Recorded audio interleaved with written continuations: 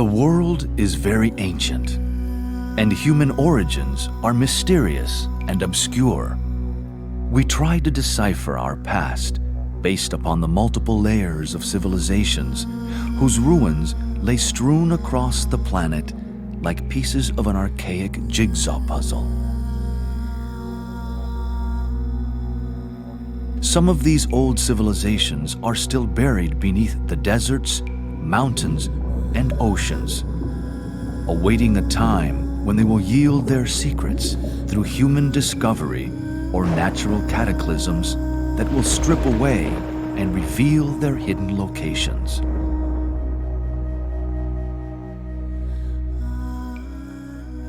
In the unique perspective on history that will be explored in this series, the case for a vaster chronological perspective of history will be investigated, based upon ancient sources hitherto unrecognized by the majority. With limited tools at the disposal of modern sciences, history has been abbreviated into a narrow band that does not sufficiently explain the vast time periods needed to evolve the human form and human consciousness. Deep in our racial memory or collective consciousness lurks the legends and myths of lands and continents that once existed, such as Lemuria and Atlantis. Fabulous stories abound of advanced cultures with their arts and technologies that have risen to great heights and then fallen back into the dust of history once again.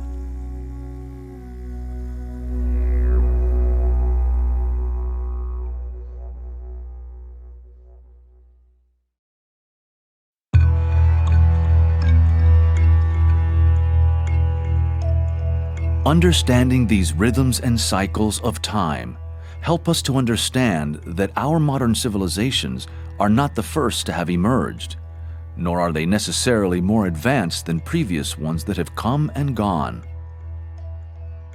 This new approach to history challenges the way we think about the past based upon our cultural, religious, and educational conditioning.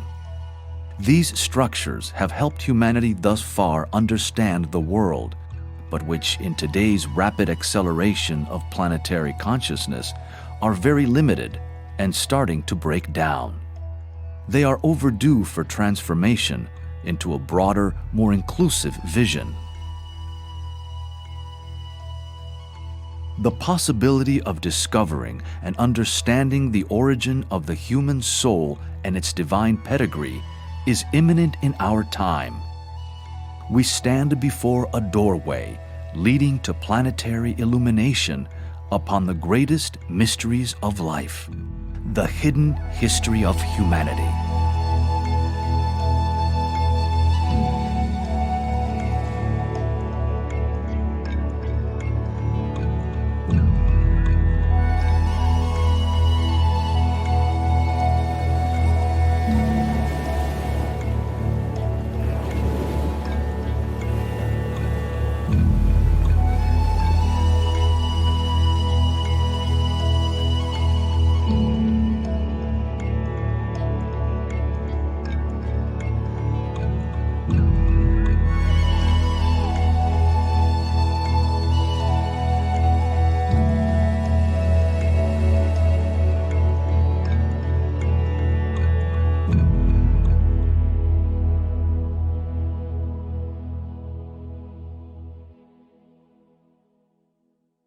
The intention of the Hidden History of Humanity project is to re-establish the correct chronology and timelines for human history. That's part of it. The other part of it is that humanity is disempowered in not knowing its true origins or indeed the chronology. So to establish the correct chronology and the understanding of the root races, how humanity came into being, and how the evolution of consciousness proceeded from there, is going to empower humanity with knowing the truth. Humanity is having the truth hidden from it at this point in time, but it is actually emerging. We have light emerging, we have truth emerging, and this is happening exoterically in parallel with this esoteric emergence of the Ageless Wisdom teachings.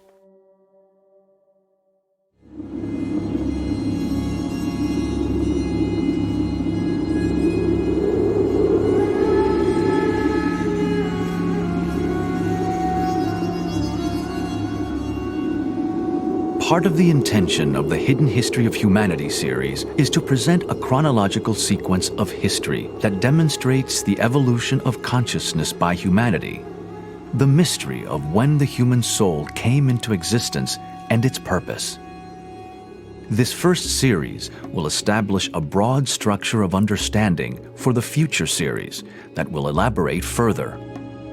Evolution will be traced from before the human race appeared through the stages of the Lemurian, Atlantean, and current root races.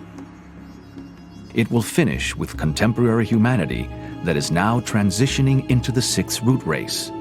It will discuss the evolution that will unfold in the future, always in the context of what has transpired. It has been said that unless we understand our history, then we are condemned to repeat the mistakes of the past. On the scientific side, several key areas will be explored in this history of the root races, such as geology, geography, astronomy, archaeology, and anthropology. From the religious angle, some of the most ancient works will be referenced: the Hindu, Jewish, Persian, Islamic, Buddhist, Gnostic, Celtic, and Christian traditions.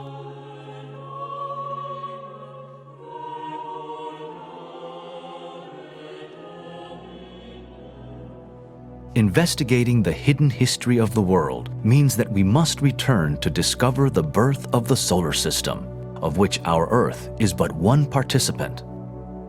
Stupendous questions will be explored as to how this solar system came into existence with its subsequent planetary schemes, chains, rounds, and globes.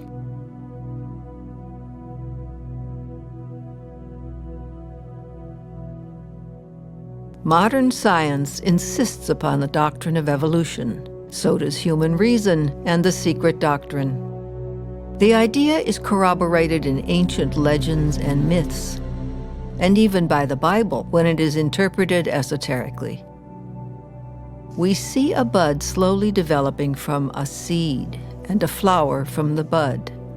But what of the seed with its predetermined program of physical transformation?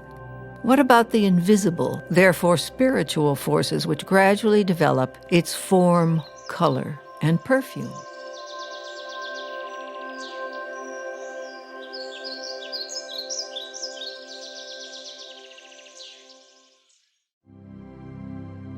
The word evolution speaks for itself. The origin of the present human race pre-existed in its parent race as a seed, in which lies hidden the flower of the next race. The ancestors of the present elephant and lizard may have been the mammoth and the plesiosaurus. Why should not the originators of our human race have been the giants described in the ancient Hindu Vedas or the Book of Genesis? There are several keys to the mysteries, past, present, and future, of the 7 great root races and the 7 great cycles. Every symbol and allegory is said to have 7 keys, the 7 keys to the entrance of the door of the mysteries, and that each key must be turned 7 times.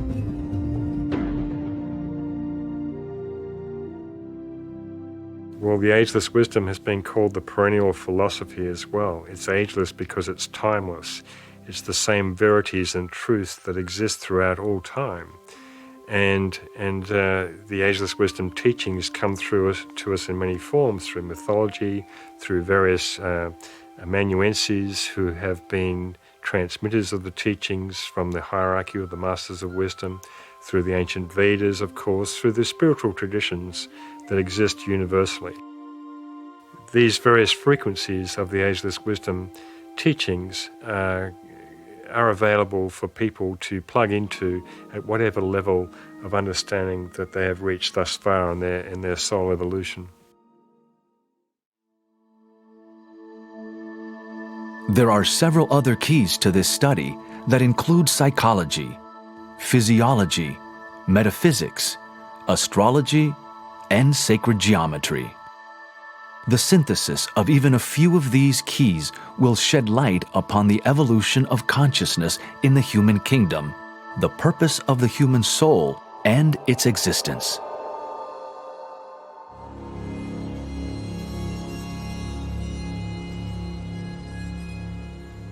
For many, to be told that the age of thinking humanity is around 18.6 million years may invite some disbelief or even derision and ridicule.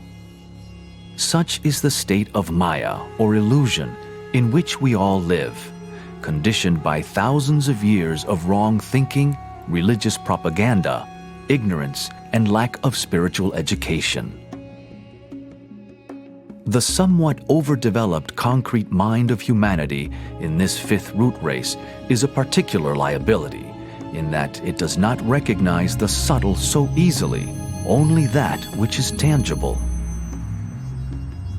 History, with its many evidences of past civilizations, is in a tangled and confused state. Humanity's approach to our past has imposed upon itself the limitations of dogmatic science and theology, ignoring the ancient traditions that hold the keys to many of these riddles.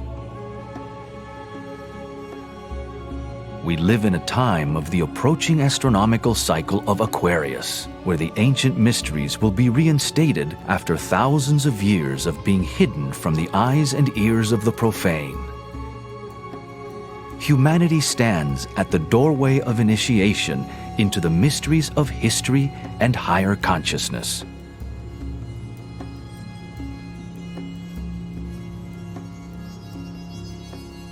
There are many isolated strands in history that can be drawn together. There are many facts that can be collated, especially those corroborated by direct as well as inferential evidence found in ancient literature and history. This is one of the fundamental purposes of the Hidden History of Humanity Project's books and video series. Much of this ancient literature is contained within the Hindu Puranas, the Upanishads, the Rig Veda, the Mahabharata, and the Ramayana. This is logical, for the Hindu tradition is the oldest of our current races. In the Puranas, the meaning and chronological order is very clear. We can count generations of the Manus and their series of incarnations as heroes in the old stories. The Manu sets the tone and type of any given race in terms of its evolutionary goal. The ancient book of Manu gives a complete narrative of creation with a chronology of the divine ages of the heroes through to the appearance of man on earth.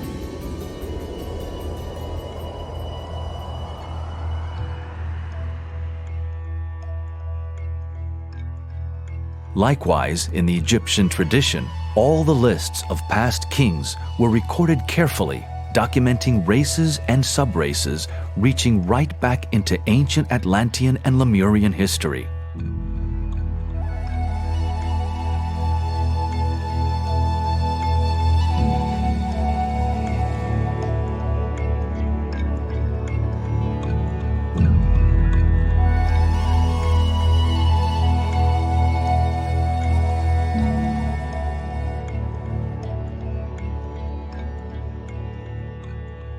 The most recent references to our current fifth root race also come to us from the Old Testament, where the history of all the human races is contained in the first 6 chapters of Genesis. Much of this will also be explored in this series. Genesis, from chapter 4, verse 16, through to the end of the 5th chapter, gives purely historical facts taken word for word from the secret book of Numbers in the Great Oriental Kabbalah.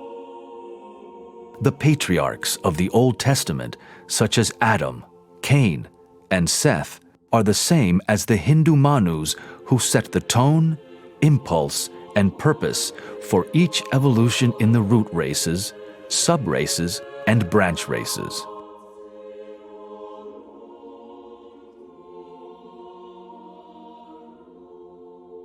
The Book of Revelation chapter 17, verse 10, has preserved a tradition that speaks of the 7 races, where there are 7 kings, 5 of whom have fallen, 1 is, and the other is not yet come.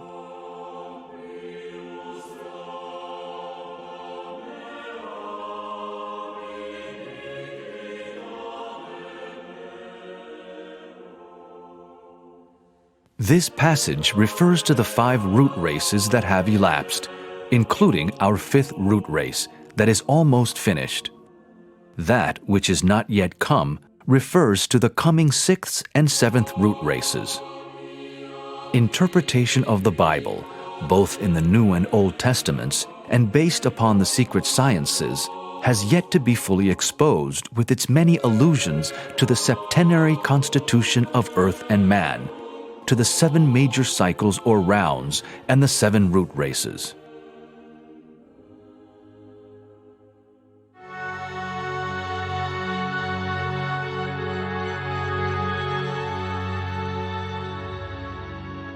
The ancient Greek tradition was also a repository of the ageless wisdom, encoded throughout its wonderful and deeply evocative mythology.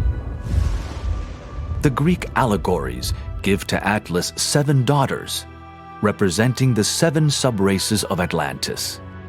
These daughters are the mothers of famous heroes, the founders of many nations and cities. Astronomically, Atlas's daughters are the 7 Pleiades. The 2 are connected with nations whose destinies are shaped by the past events of their early lives according to universal karmic law. In the Greek tradition, the root races are divided into the Golden, Silver, Bronze, and Iron Ages, and have an identical correspondence to the Hindu Yuga cycles, such as the Kali and Satya Yugas. The 3 one-eyed giants of Greek mythology are a reference to the last subraces of the Lemurian root race. Hence, we can see the sources of the ageless wisdom or perennial philosophy that lay hid in universal mythology and religion. The same or similar stories are told in all cultures, indicating the consistency and veracity of these ancient stories within the collective consciousness of humanity. Mythology is one of the great keys to studying the mysteries, because the mysteries are encoded in mythology, in Greek mythology, in Scandinavian mythology, in mythology of all traditions. Like music, mythology is one of the great universal languages that we can understand and which anyone can tap into quite easily for understanding the archetypes of the gods that are described in the various stories. In mythology, we have the stories of all the planets and their relationship to one another, personified by the planetary gods. We have Zeus, Jupiter, and Mars, and Venus, and Mercury. They all have these various stories which describe their interrelationship with one another. The ancient wisdom teachings are encoded in all mythologies, East and West.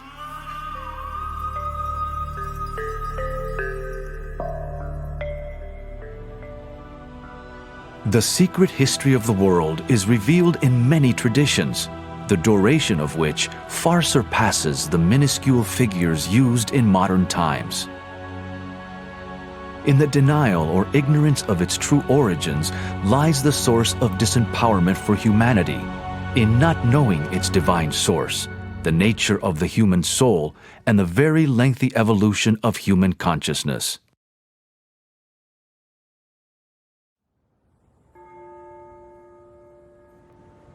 Who today really reflects about our true history and ancient past, preoccupied as we are in a busy world trying to survive? Most people accept the culturally conditioned views of the Western Bible and/or modern science, both of which do not, on the average, offer more than 5,000 to 10,000 years for the origin of human civilization. However, this is changing in some fields of science, going back into hundreds of thousands or millions of years in some cases. In our current fifth root race, resonant with 5, the number of mind, there has been achieved a perfection, refinement, and quintessential expression of the concrete mind. Although this has brought many benefits in science and technology, its shadow expression via the critical mind tends to be separative at the expense of the love principle.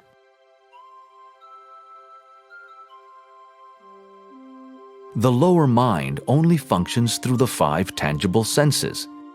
In the coming Aquarian cycle, the secret sciences will blend more fully with mainstream science.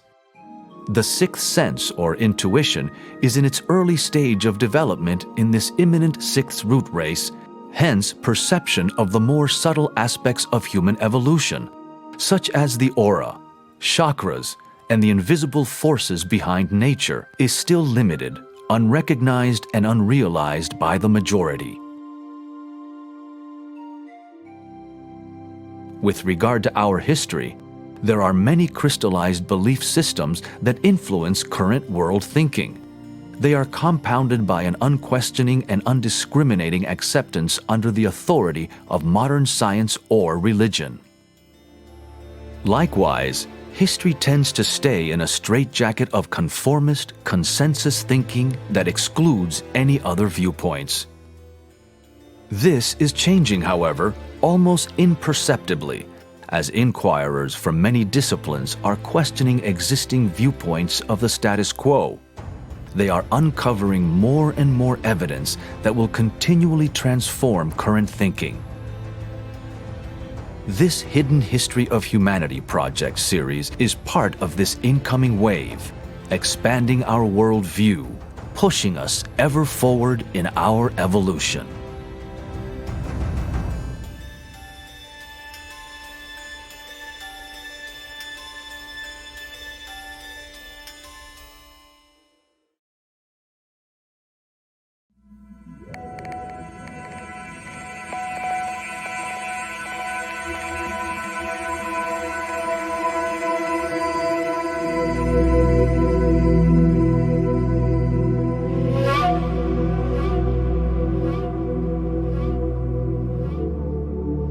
There is one boundless, immutable principle, one absolute reality which antecedes all manifested conditioned being.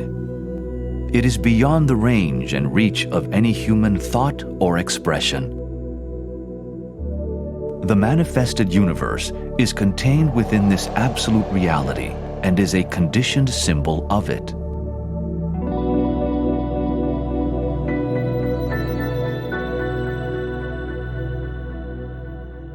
Our planet and the whole cosmic scheme, with its suns, constellations, galaxies, and attendant planets, are part of one great cosmic plan whereby ever-increasing expansion of consciousness occurs.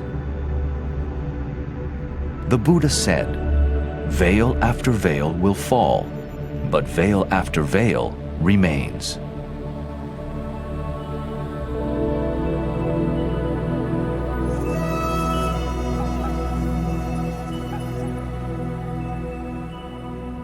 The cosmos is ever expanding.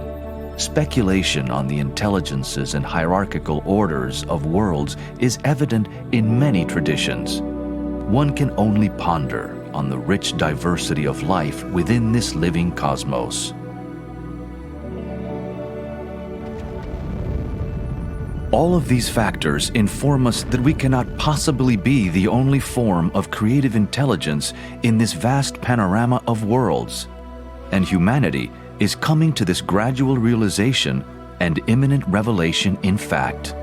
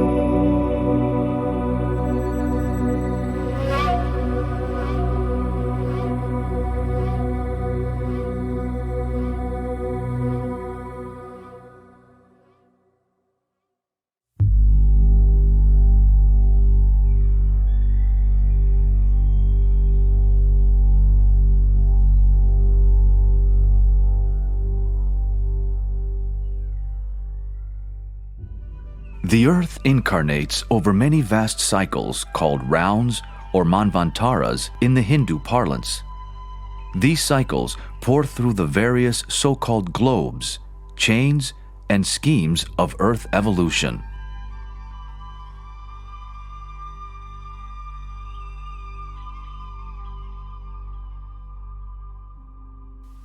The rounds are enormous periods of time, and there are 7 rounds that correspond to each planetary incarnation or globe of the so-called planetary logos. And we are currently in the 4th round of 7 rounds at the moment. And this has brought about an elapsed time of around about 1.93 billion years.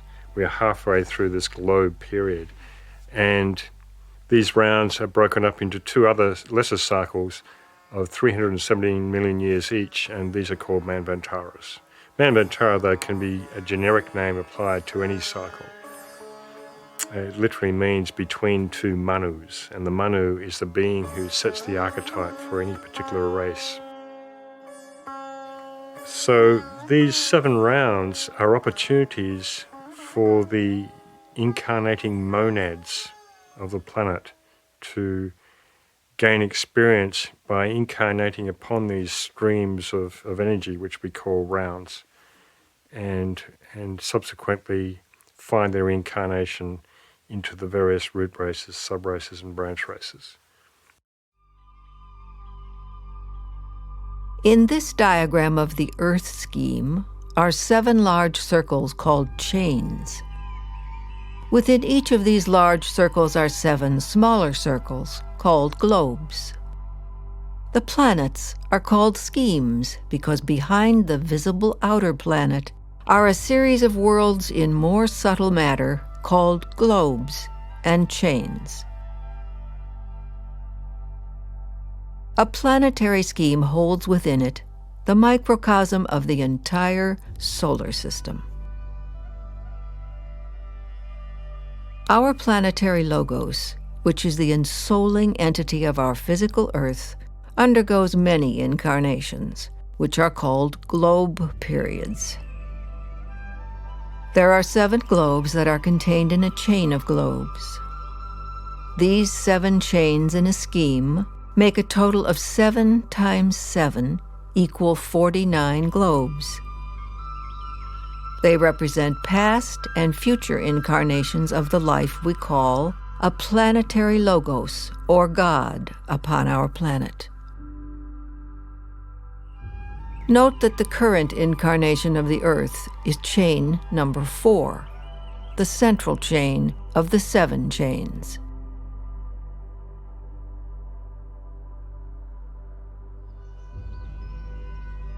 The 3rd chain is also called the moon chain, a previous incarnation of the Earth, for which our moon today is a remnant and reminder.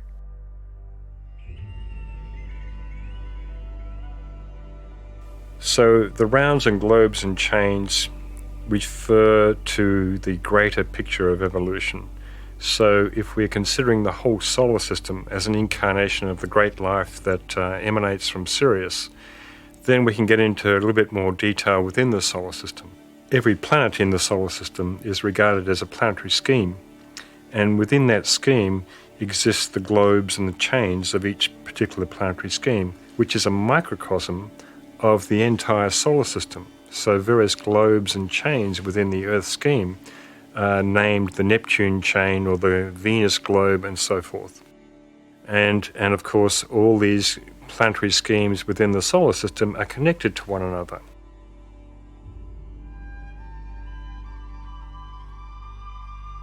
In time and space today, our Earth scheme is currently in the 4th globe of the 4th chain, about halfway through its evolution. It is now in the 25th globe, or incarnation of a total of 49 globes in the Earth scheme. A globe period lasts for 4.32 billion years.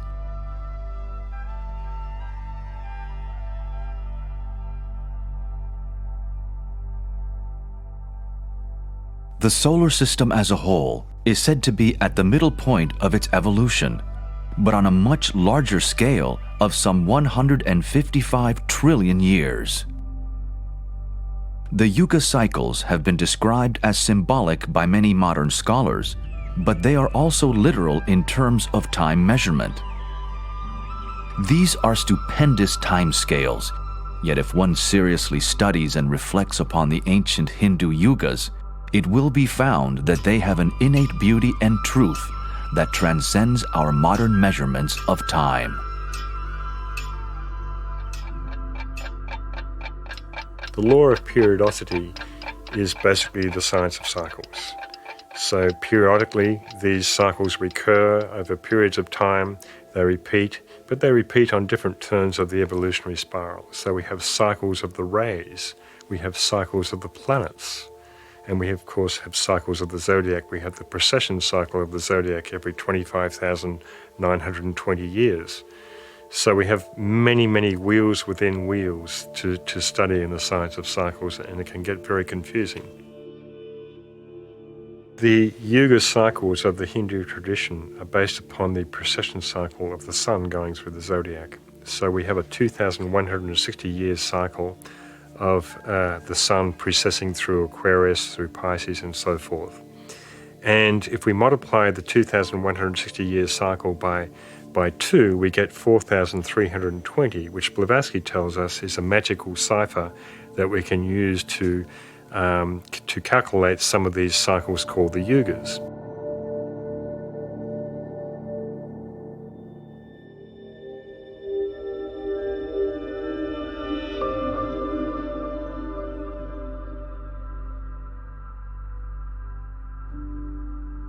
Here is a simple representation of the proportion of the 4 yugas that comprise a Maha Yuga, or Great Wheel.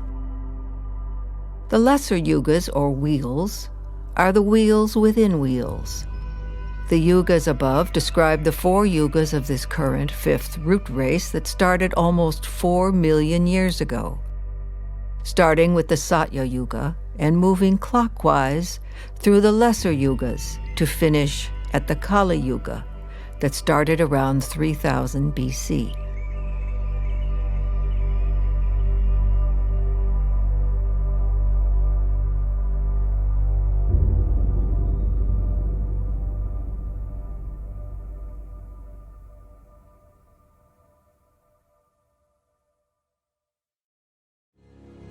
Humanity has required eons for physical and mental development to evolve into its relatively sophisticated modern state.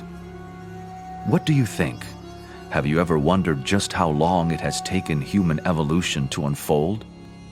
Have you accepted what you were told at school or believed what adamant biblical scholars have declared? Or have you gone along with modern science's authority? How can we consider a longer time frame for history which ultimately conceals the greatest puzzles of existence and the mystery of the human soul?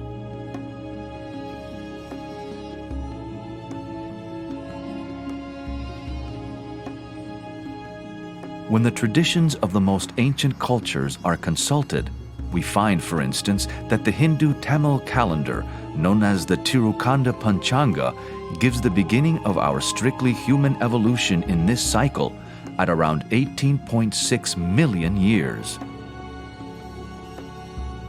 These cycles also go back into trillions of years, and the Mayans have documented them in the billions.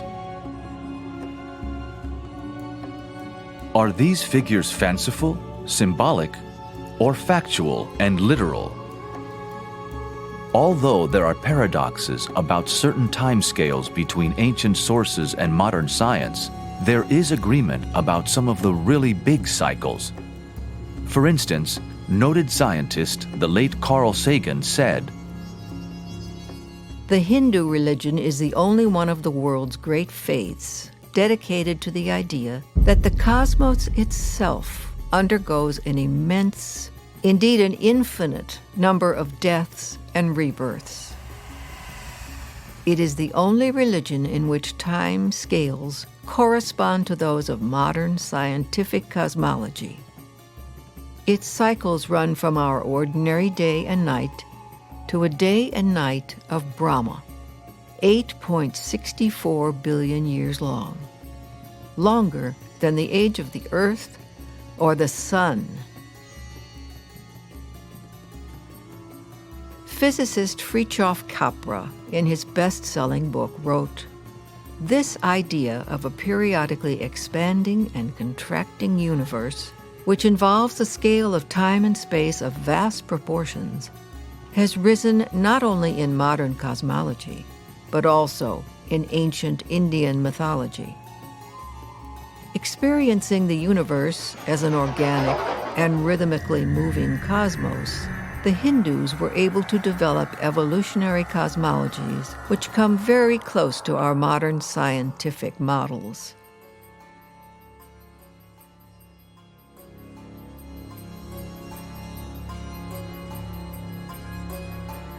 Revitalizing the truths of this existing paradigm of the science of cycles is another purpose of the Hidden History of Humanity project.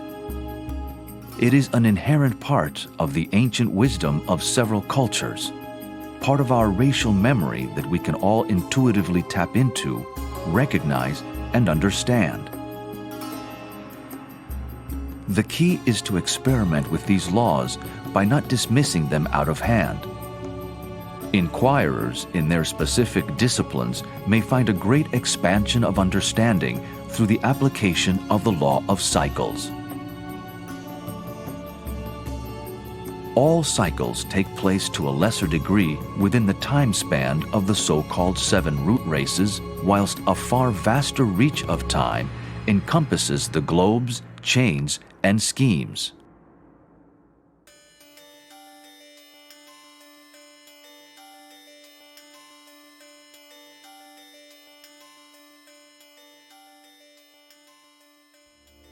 Humanity is somewhat disempowered in not understanding its past, which is the origin and purpose of the human soul. Also, there has not been a fixed time from which to reckon, by which to measure history. And saddled with the shortened chronology that is supposed to explain the entire unfoldment of the human race, a distorted reality has been created. The spiritual path is one of forever peeling back layers of illusion, and the mystery of human evolution is one of the greatest secrets yet to be fully revealed.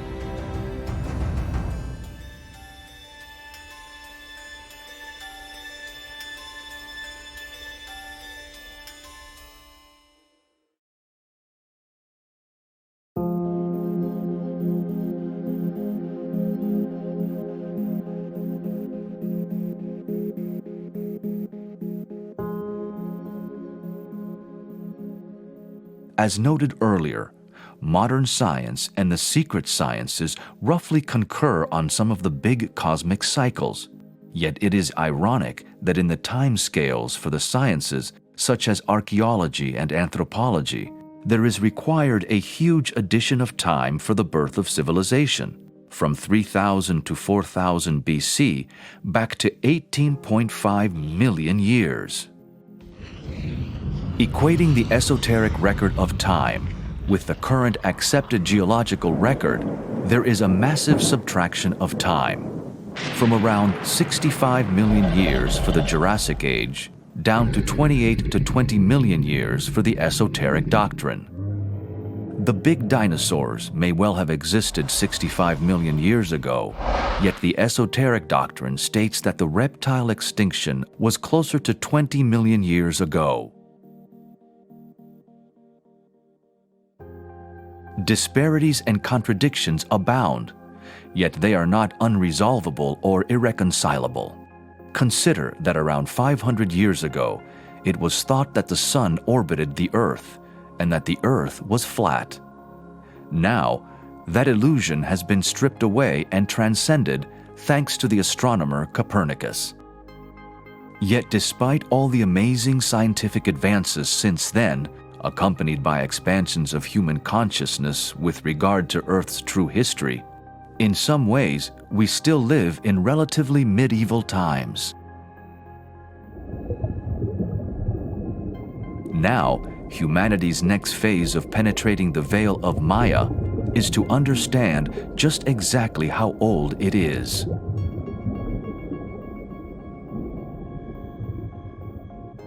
Time is an illusion. Yet just as a human being has its allotted lifespan, so do all other lives: plants, solar systems, galaxies, races, civilizations, and nations.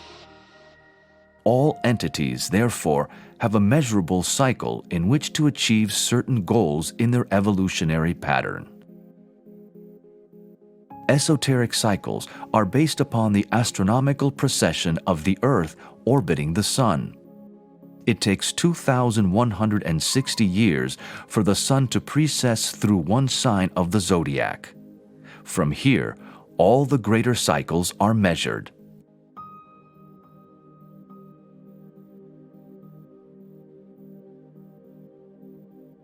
In this simple table, the chronology of science is on the right-hand side, whilst the chronology of the secret sciences is on the left.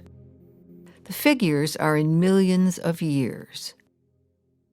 Even though there are large disparities between the figures, when more understanding of the process of dating the Earth is acquired, these figures will concur with one another. In this table, we can see that the astronomical precession cycle of 2,160 years is the basis for all the greater cycles, of how 12 of these cycles create a great year of 25,920 years, of how multiples of the 4,320 cycle create the figures of the Hindu yugas. And then as we move down the table, we can see how these yugas mathematically compose the Mahayugas and the Manvantaras, or rounds.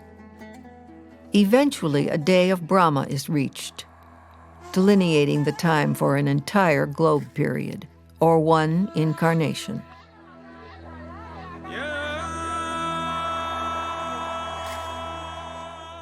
In each globe incarnation of Earth, there are 7 major cycles of evolution, also called rounds. The rounds are composed of 2 cycles each, called Manvantaras, that total 14 in all. The rounds are cycles wherein the life wave of human spirits incarnate through a planetary scheme and its chains and globes. This human life wave experiences life in all kingdoms, starting with the mineral, vegetable, animal, human, and finally the kingdom of souls.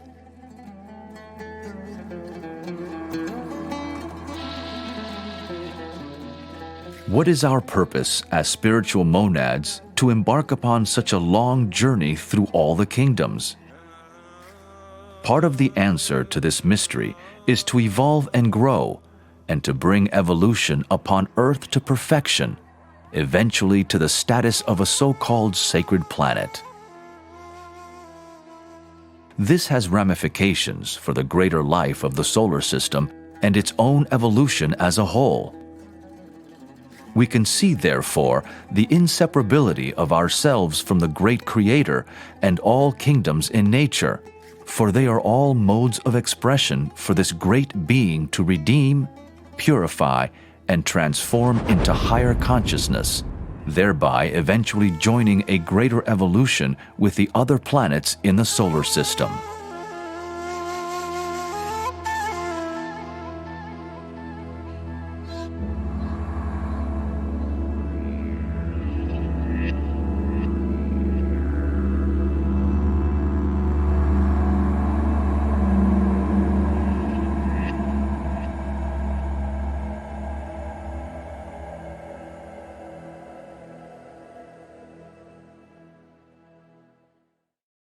Now, the rounds are the cycles of time of the various groupings of monads that cycle through the globe and chain of a particular scheme.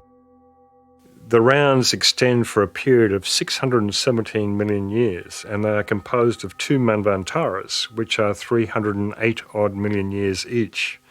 And so there is a certain inbreathing and outbreathing of these Manvantaras, or cycles of time. In each of the great cycles we call rounds, there are 7 root races. Combined with the 7 rounds, this makes a total of 7 times 7, or 49 root races in a globe period. As above, so below. Just as we explored the 49 globes of the planetary scheme, so this evolution is reflected in the 49 root races in just one globe period. These rounds and root races provide the physical body of incarnational experience for our Earth Logos. Human souls are light cells within this greater body of God. Within each root race are 7 subraces, and within each subrace are 7 branch races. 7 times 7 times 7 equals 343 races, all with their allotted cycles, providing a highly diversified human expression throughout the ages. The branch races, in their turn, give birth to the nations. A root race is a planned unfoldment of consciousness, where a certain archetype is created by the so-called Manu of the races, and various civilizations unfold within that particular time period of a root race, which of course encapsulates 7 subraces and 7 branch races within each subrace, giving many, many different incarnations and possibilities of civilizations, and of course all the soul groupings, the 7 race soul groupings, who incarnate through those particular branch races and subraces and root races to gain experience, and of course all aim towards enlightenment and liberation ultimately.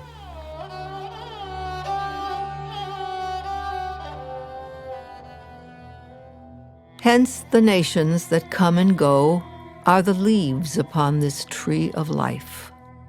They have their autumns and springs and constitute the shortest cycles of a few thousand years. The smaller branches that support the leaves are the branch races with cycles that correspond to a 26,000-year precession cycle. The larger branches embody the much larger cycles of the subraces.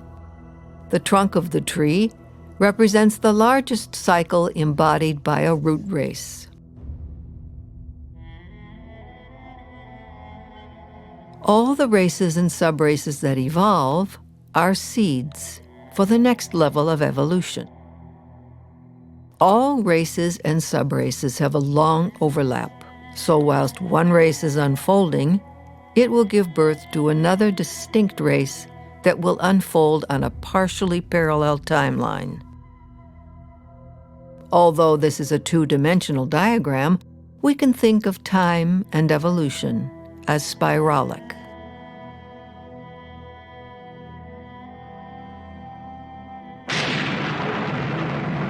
The root races started around 150 million years ago, during the latter part of that immense cycle we call the fourth round.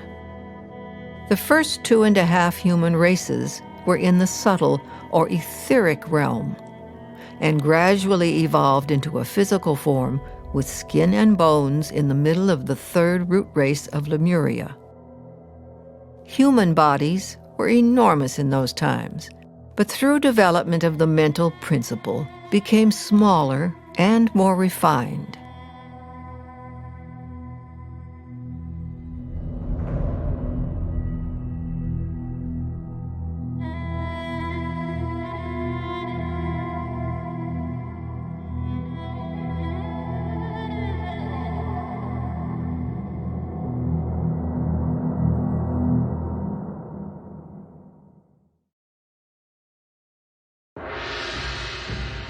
Halfway through the third or Lemurian root race, in the precise evolutionary cycle, a magnificent preordained spiritual event occurred on earth.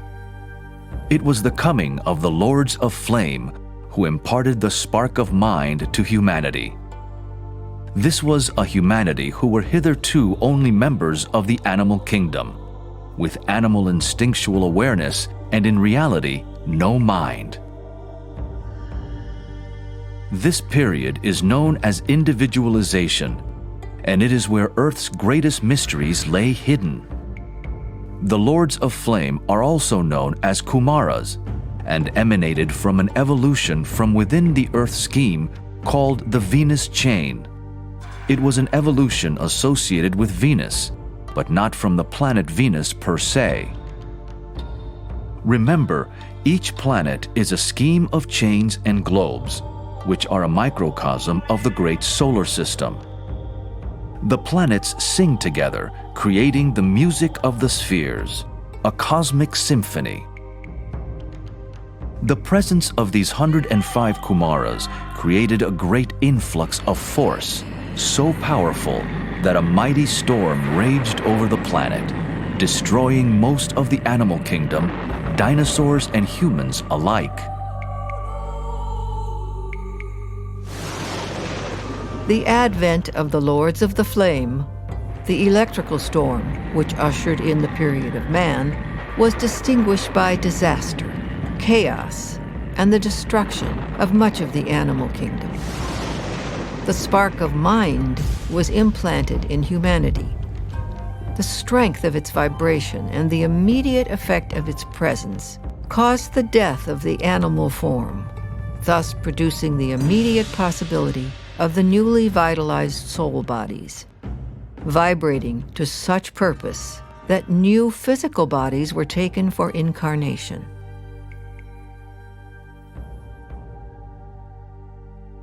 This individualization period occurred in the third branch race of the third subrace of the third root race, Lemuria, expressed as 333. The number 3 relates to the Universal Mother who births all forms.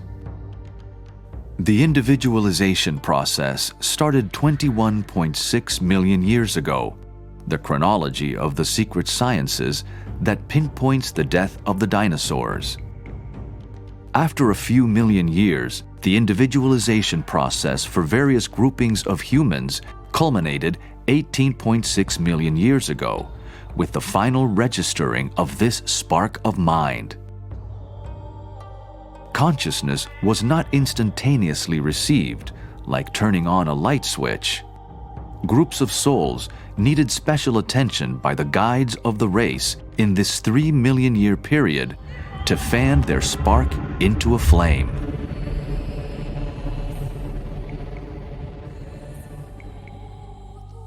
During this period, another miraculous evolution occurred.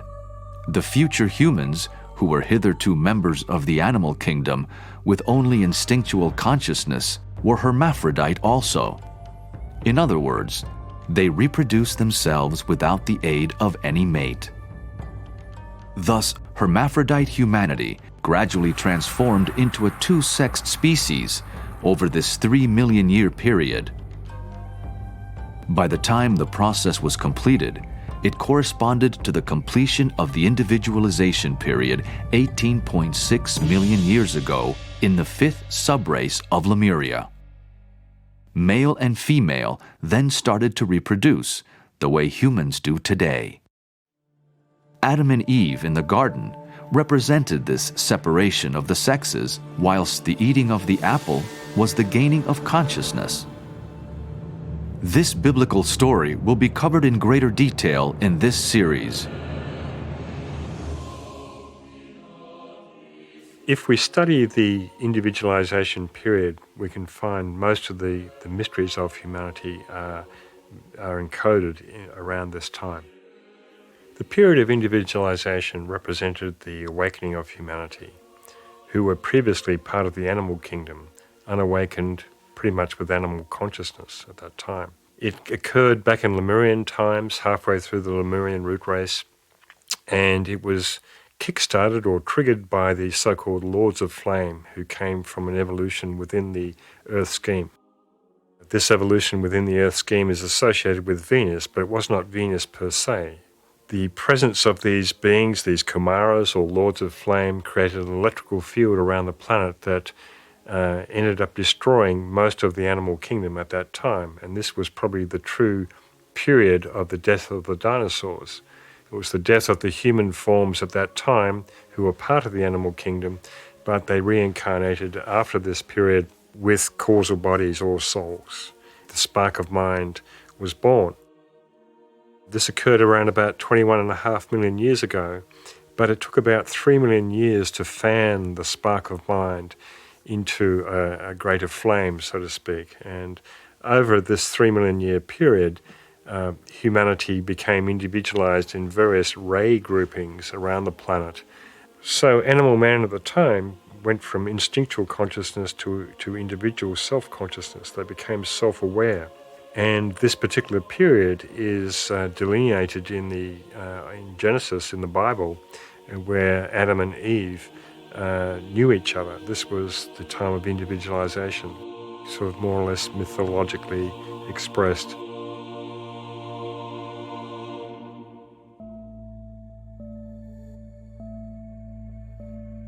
This table shows the timeline that corresponds to these subrace events in Lemuria.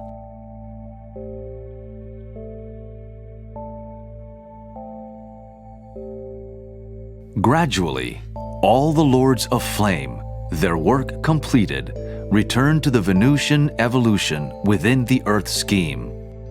Yet 7 of these Kumaras stayed, the chief of whom is called Sanat Kumara, or Melchizedek, also known as the Watcher, or the Ancient of Days.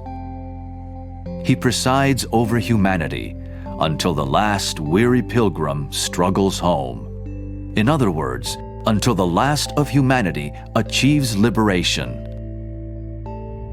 This was also the time of the establishment of the planetary center called Shambhala, over which Sanat Kumara presides.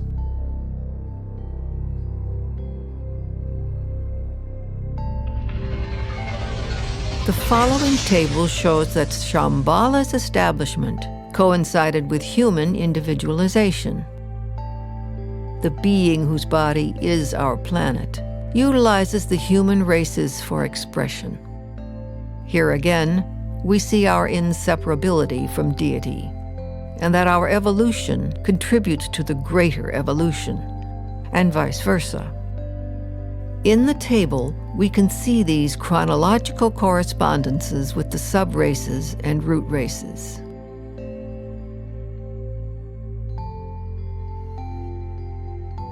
The humanity of that ancient time was enormous in stature, though evolution has been refining and decreasing in size up to our present day. Even over 4 million years ago, when the final destruction of Lemuria occurred, just before the first Atlantean destruction, there were still very large giants. Indeed, the statues of Easter Island that are about 30 feet or 10 meters high are representative of the height of the giants of that time.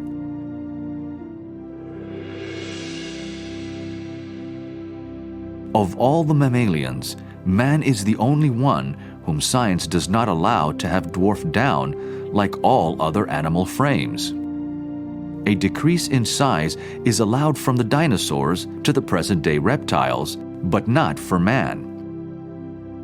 This is partly due to the so-called lack of evidence of physical skeletons, because of factors such as the action of sand on the ocean floor upon bones, or that cremation was universal up to 100,000 years ago. This will also be explored in depth later in this series.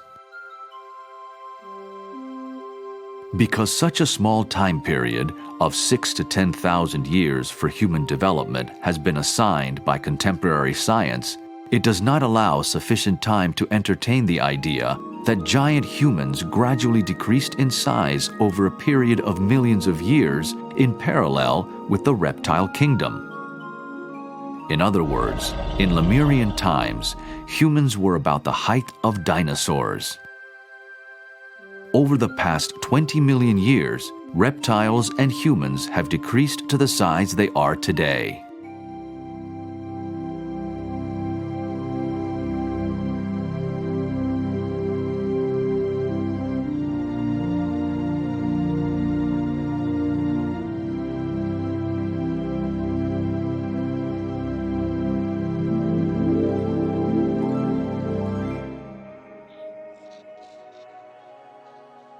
So the Hidden History of Humanity project seeks to document and visit many sites around the world where these relics and artifacts remain of ancient civilizations, such as Tiahuanaco in South America, Cuzco in Peru, Easter Island, the ancient ruins of Greece, and many ruins around the Mediterranean. They're extant across the whole planet. In fact, this architecture is called Cyclopean pentagonal architecture, which are odd-sized blocks, but quite often with 5 sides, fitting perfectly into one another and creating earthquake-proof walls and buildings. And so we have many instances of ruins extant around the world that have this kind of architecture. For instance, in Mycenae in Greece, we have these marvelous ruins that look like they've been built by giants. And in fact, part of the Hidden History of Humanity project looks at the evolution of the human form from giants down to the size that we are today. And in fact, these giants built, in fact, we were talking about Cyclopean architecture, we're talking about the Cyclops, the legendary giants with the one eye. And these giants did exist back in Lemurian times and actually physically manhandled these enormous blocks that weighed many tons into position.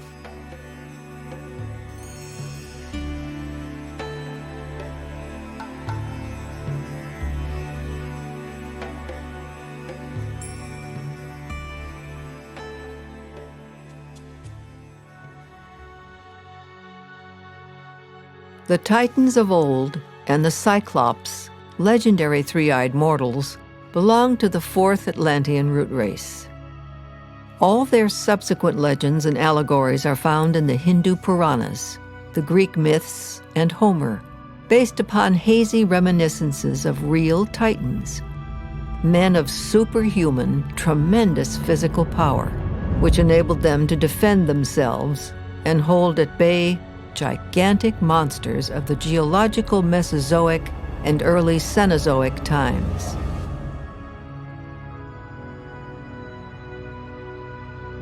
In the mythology of the ancient Cyclops, the 3 giants with one eye are said to represent the last 3 subraces of that newly conscious Lemurian race. At the peak of physical development in Atlantis, they have been described as towering giants of godly strength and beauty, and the depositaries of all the mysteries of heaven and earth. The giants of both Lemuria and Atlantis were able to build large structures and lift enormously heavy slabs of stone, but also had at their disposal technologies that allowed stones weighing many tons to be lifted effortlessly. An imperishable record about the gradual evolution of the races has been left for us in the Bamiyan statues of Afghanistan. They were created during the Atlantean flood, when initiate adepts of Atlantis were taking refuge in the Central Asian mountains.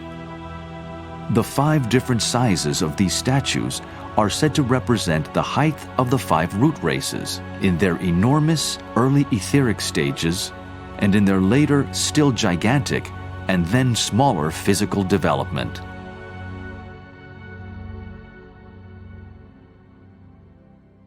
The civilizations in Lemuria and Atlantis also had access to technologies based upon sound that was able to create a vacuum and lift these blocks effortlessly, these blocks that weighed many tons, or to transport them from many miles away to their particular sites, such as Stonehenge is a good example of this.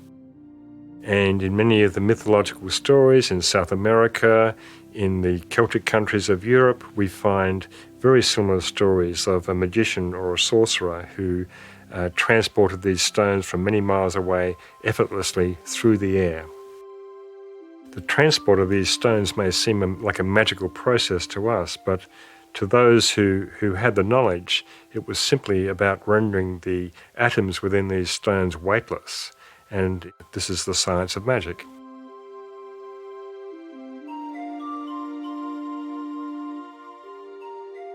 It's important for humanity to understand their true origins because we really don't know. Most people do not think about history. They have a vague sort of idea that we came from somewhere, came from apes usually. This is what is taught in high school. And we evolved from apes somehow into human beings. Well, the secret doctrine states the opposite, that in fact apes were a byproduct of human evolution that went wrong at one stage back in Lemurian times. It was not part of the planned evolution. These beings, the so-called narrow-headed, I think Blavatsky gives one term, bred with animals that created monsters, all sorts of hybrids that were unintended for the evolutionary goal. Apes of today are descendants from some of these hybrids and monsters that were created back then, and are a reminder of the human transgression that took place back in Lemurian times.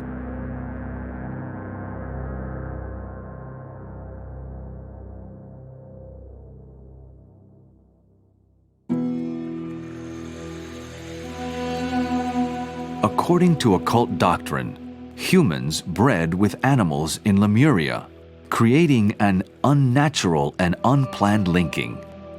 The hybrid monsters created were the ancestors of our modern apes.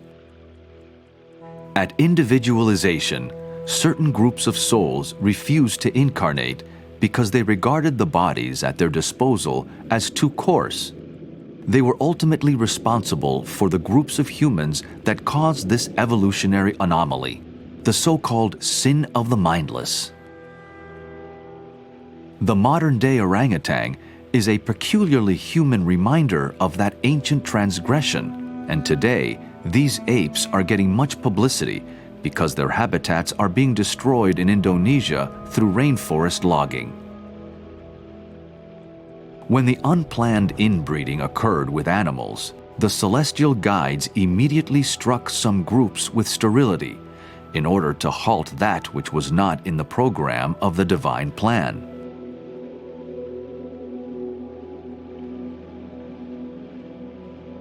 Can we imagine if this one fact of the secret sciences was considered? That apes were created by humans breeding with animals? What a dramatic revolution in consciousness would take place in how humanity views itself. Currently, in educational institutions, a 5,000 to 10,000 year history of the human race is taught, and that it evolved from apes. Humanity, however, has a much more divine and ancient pedigree. Madagascar was once part of the Lemurian continent and boasts dozens of species of lemur monkeys. Lemuria was originally part of a long prolongation of land, but the main continent extended from Madagascar in the west, encompassing India, Australia, and Indonesia, right across the Pacific Ocean, taking in Easter Island, Hawaii, and parts of the Americas. Australia is the largest surviving remnant of this once vast supercontinent. The fledgling humanity during early Lemuria was under the guidance of divine beings said to emanate from celestial spheres far higher than our own, giving instruction in building, agriculture, fishing, and language.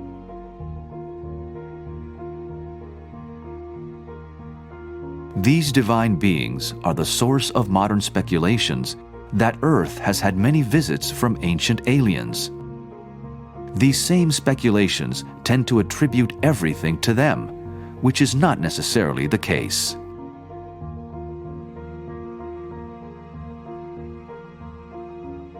However, the mighty ones performed their great works and left behind them everlasting monuments to commemorate their visits.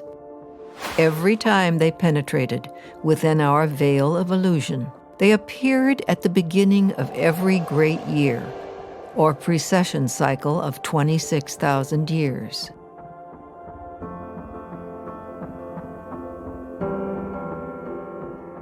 In ancient Chaldea, these beings were called the Kabiri, or Kabarim, meaning the measure of the heavens. In order to prepare suitable candidates for initiation, it was decided about 17 million years ago to build an organization and a headquarters for the mysteries.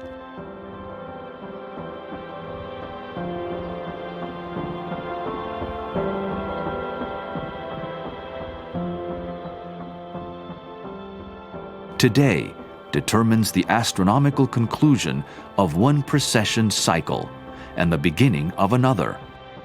Can we again soon expect visits from the mighty ones, or are they already here? The many daily occurrences of UFO sightings may well indicate them making observations of how humanity is responding to its opportunities.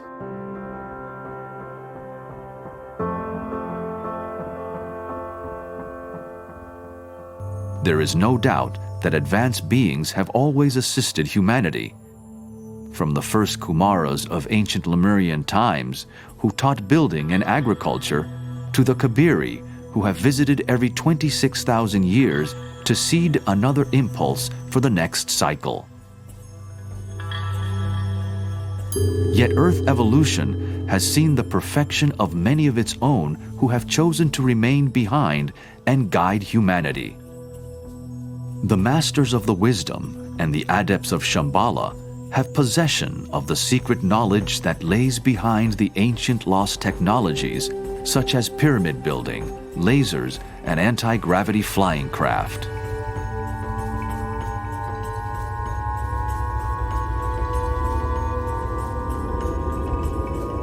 All of these technologies have been gifts to humanity from the mighty ones, whose origins may go well beyond the solar system to star systems, such as the Pleiades, Orion, or Sirius. Yet because of abuses of those gifts, these God-given things have been taken back, as a parent takes matches away from a child.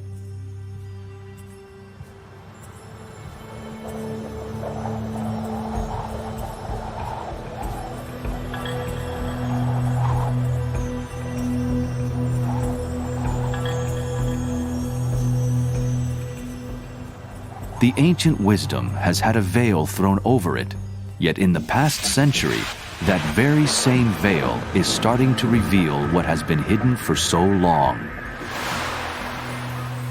The revitalization of the ancient mystery teachings is extremely important at this time because it parallels the externalization of the hierarchy who have been behind the scenes watching over human evolution for the last 3 or 4 million years, and who of course are about to re-externalize again.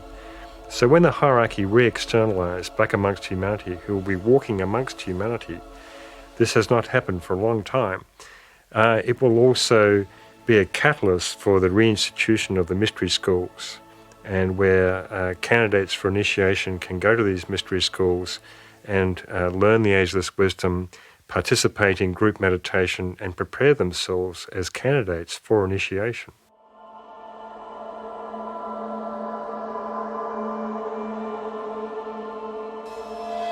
Unlike ancient times, when the human race was guided by mighty celestial beings, the guidance now comes mainly from the secret adepts, those who have run the full gamut of human existence and become perfected, whose spirits have triumphed over matter and who can bend matter to their will, who now serve humanity by watching over and guiding their progress, allowing as much as possible for human free will to determine its own destiny. Yet this inner government of the planet surely interacts with and regulates the presence of extraterrestrial visitors.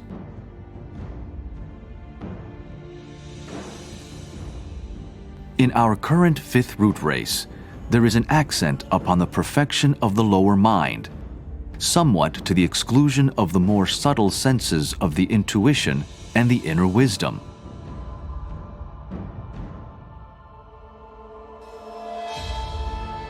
Hence, we must be careful not to interpret ancient texts, symbols, and statues literally or too materialistically, especially if we lack an understanding of the subtle constitution of man. The ancients were far more poetic and artistic in their expression of the inner secrets. Many phenomena can be speculated to have origins beyond our Earth, and indeed, there are some who look entirely through this prism. Yet many phenomena, if not most, are generally generated within the Earth due to the law of cause and effect, or karma, and the rectification of natural laws and principles which govern Earth life.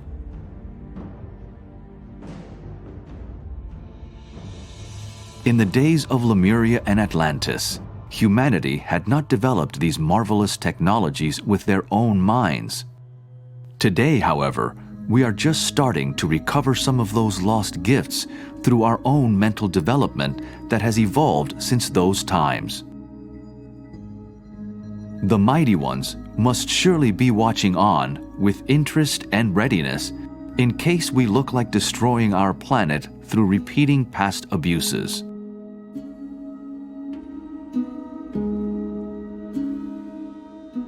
So the reason for this series of documentaries is to really illustrate how the true history of humanity has unfolded and how humanity can be empowered by knowing its true origins and knowing where it stands today in time and space. And this will help people to make decisions about their future and to play their part far more consciously within the greater divine plan.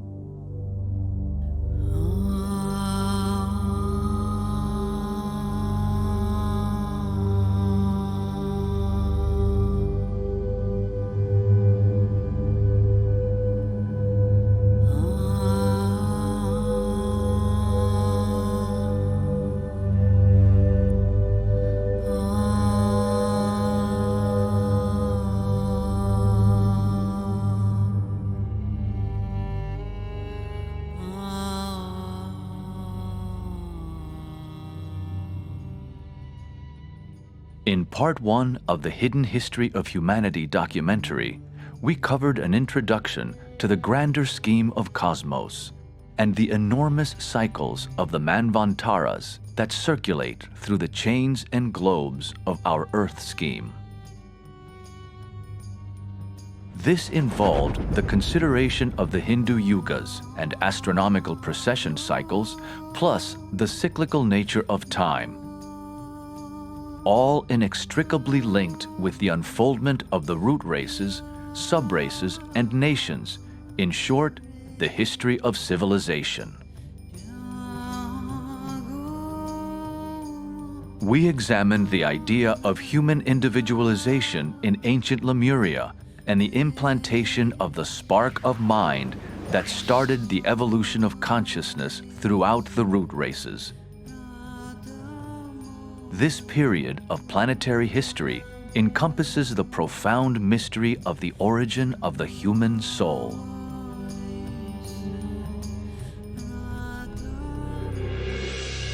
The nature of the planetary center we call Shambhala was explored, plus those who guide humanity, the lords of the flame, the mighty ones, and the masters of wisdom.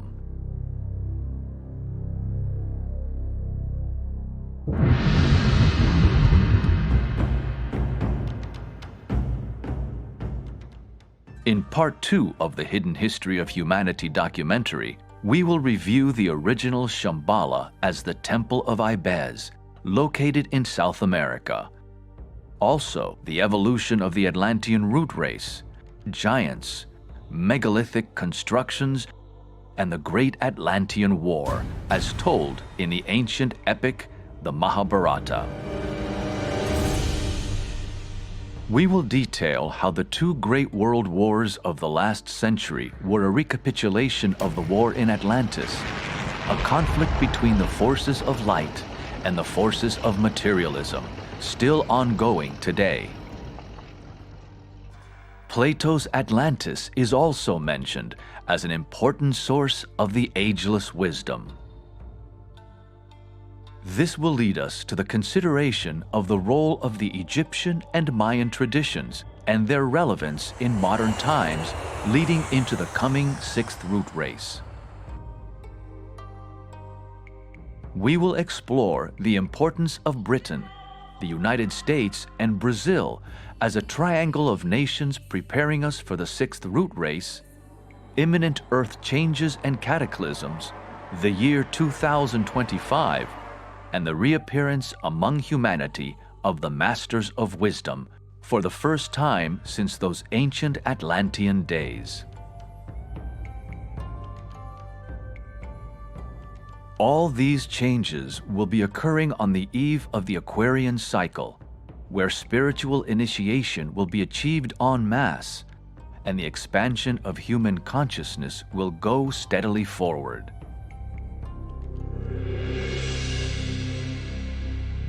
This period of awakening is upon a higher turn of the evolutionary spiral to humanity's individualization, which occurred in ancient Lemuria when the planetary center known as Shambhala was established.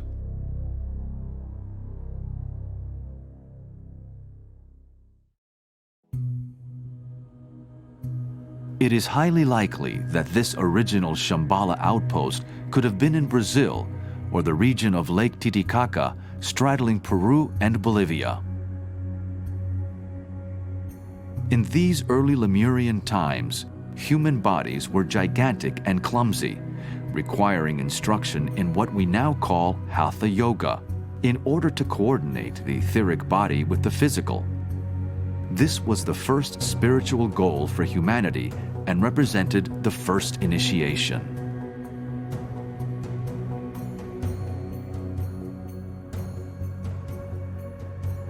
In order to prepare suitable candidates for initiation, it was decided about 17 million years ago to build an organization and a headquarters for the mysteries, and to have a band of adepts and celestial guides who would function in physical bodies to meet the need of the rapidly awakening humanity. These beings incarnated as kings and priests of nations, the instructors of humanity. The Ibizan adepts had to deal with the humanity that was in its infancy, whose polarization was most unstable, and whose coordination was very imperfect. There was very little mentality to be found, as we know it today, and humans were practically altogether astral in their expression. They functioned even more consciously on the astral plane than on the physical, and it was part of the work of the guides of the race, working under instruction from Shambhala, to develop the energy centers of humans, to stimulate the brain, and make them fully self-conscious on the physical plane.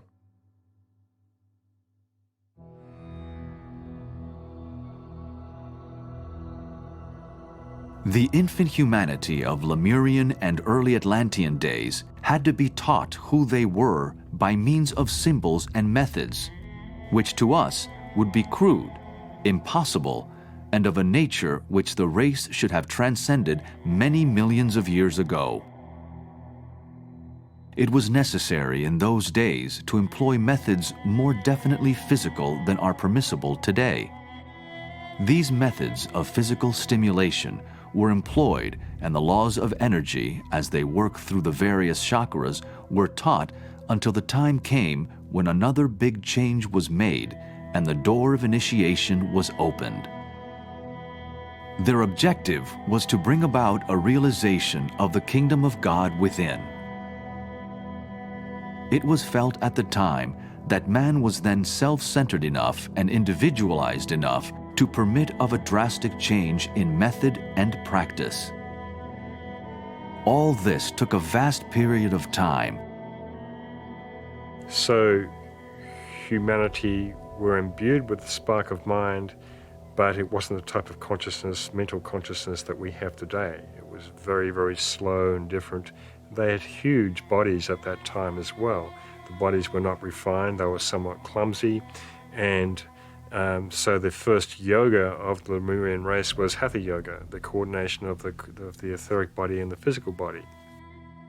So what we had in the fifth sub-race of the Lemurian root race was the completion of the individualization period, but also the separation of the sexes.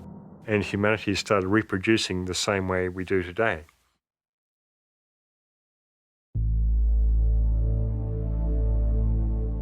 Almost immediately after individualization in Lemuria's fifth subrace, the Atlantean fourth root race came into existence and developed in parallel with the Lemurians for millions of years. It was in the Atlantean race that two-eyed sight evolved over a few million years, replacing the original all-seeing eye of the Lemurians. There were three-eyed beings in that interim period that also had 4 arms.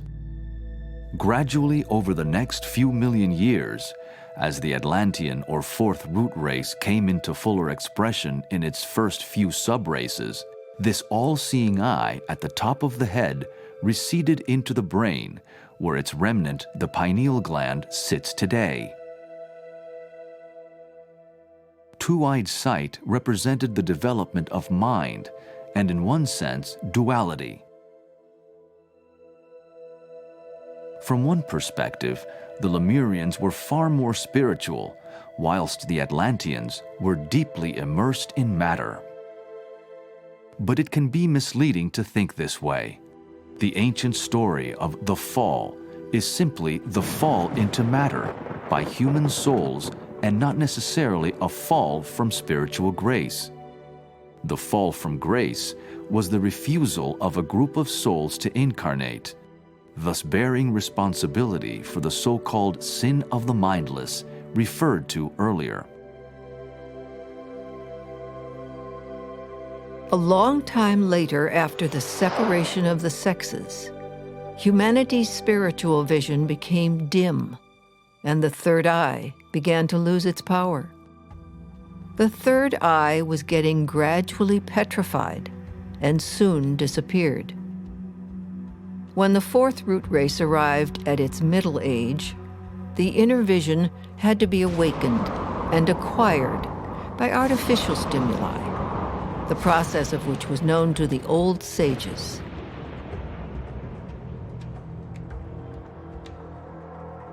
The science of initiation was introduced by Shambhala's masters and adepts in order to hasten evolution because our Earth scheme had fallen behind in the previous cycle of the moon chain, deemed a failure. Hence, Earth has 2 major groupings of souls today, those who individualized on the moon and Earth chains respectively. Moon chain souls are far more developed in their mental capacity and to a degree spiritually. However, there is now a rapid acceleration by their Earth chain counterparts in this current 5th root race, the race where the mental principle has reached its apotheosis.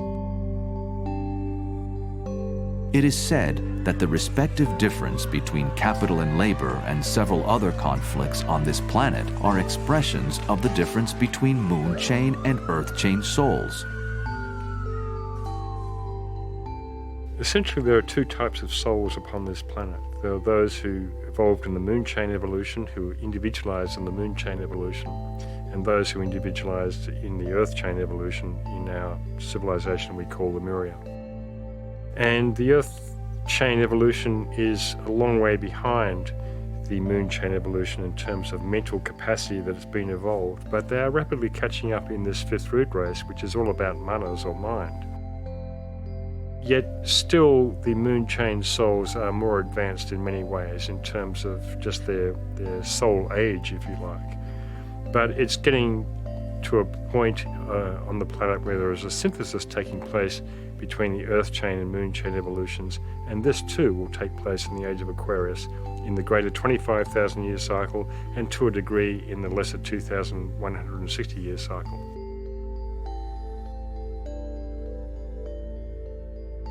The early subraces of the fourth Atlantean root race saw an acceleration of consciousness take place, caused mainly by the large influx of souls from the moon chain.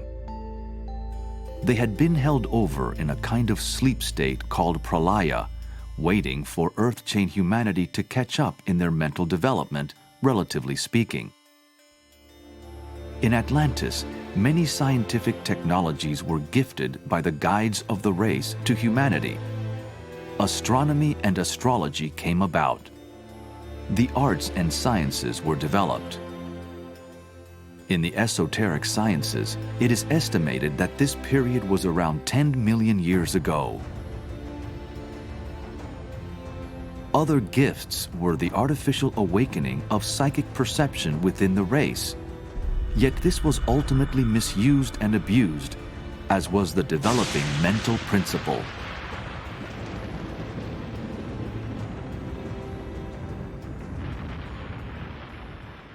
And so for several million years we had the subraces of Lemuria intermingling with the subraces of Atlantis.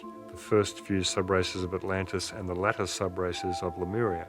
They warred with each other, they interacted with each other, they mated with each other. There was a lot that we don't know about this period. And so the consciousness in Atlantean times was relatively unevolved. They were mainly emotionally or astrally polarized. And so the guides of the race awakened them artificially. They had the third eye factor in their consciousness awakened, and they were able to see psychically.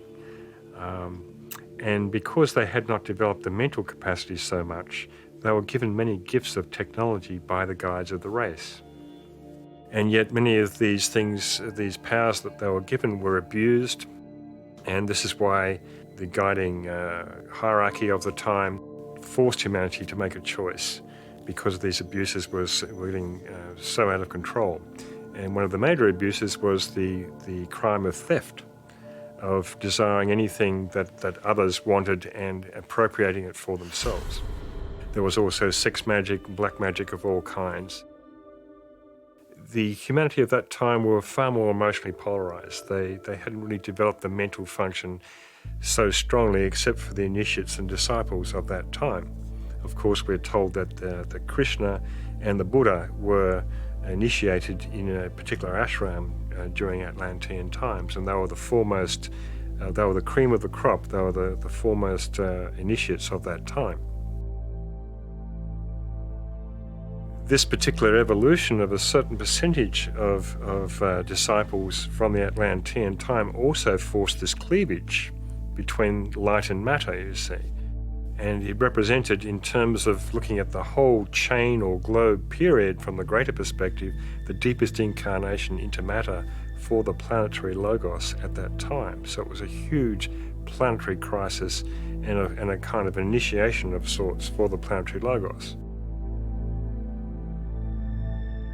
Toward the middle period of the Atlantean civilization, in the fourth branch race, fourth subrace of this fourth root race, or 444, about 4 million years ago, emerged a great crisis caused by the abuses of selfishness and materialism. The watching guides of the race who walked amongst humanity and who were leaders and kings of nations had to draw a line, declaring, "This is the way of light. There is the way of darkness. Humanity, make your choice."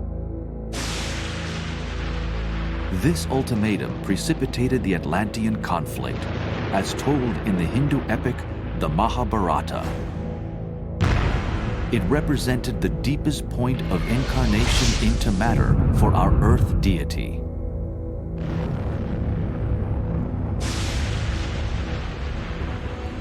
The esoteric doctrine tells us that there was one group composed of Lemurians and Atlanteans who were initiated in the divine doctrine of pure revelation.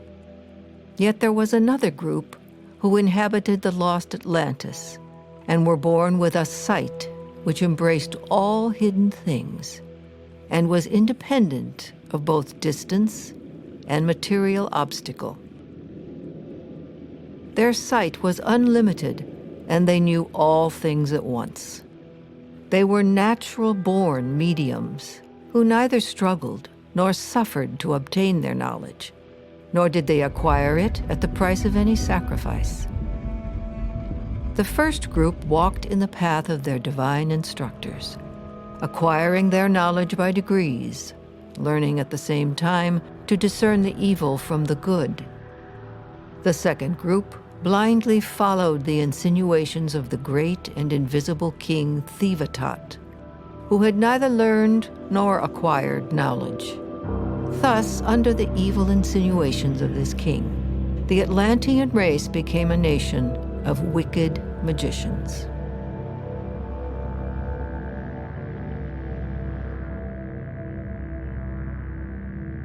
These so-called lords of materiality still have a strong influence on humanity, still immersed in the eternal struggle between light and darkness today.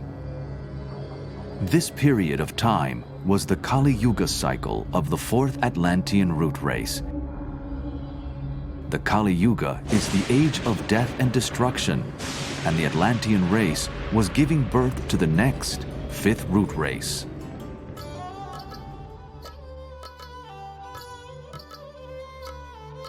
It was the period of the fourth branch race of the fourth subrace of the fourth root race, or 444, rapidly approaching the fifth branch race, which would be the seed for this fifth root race.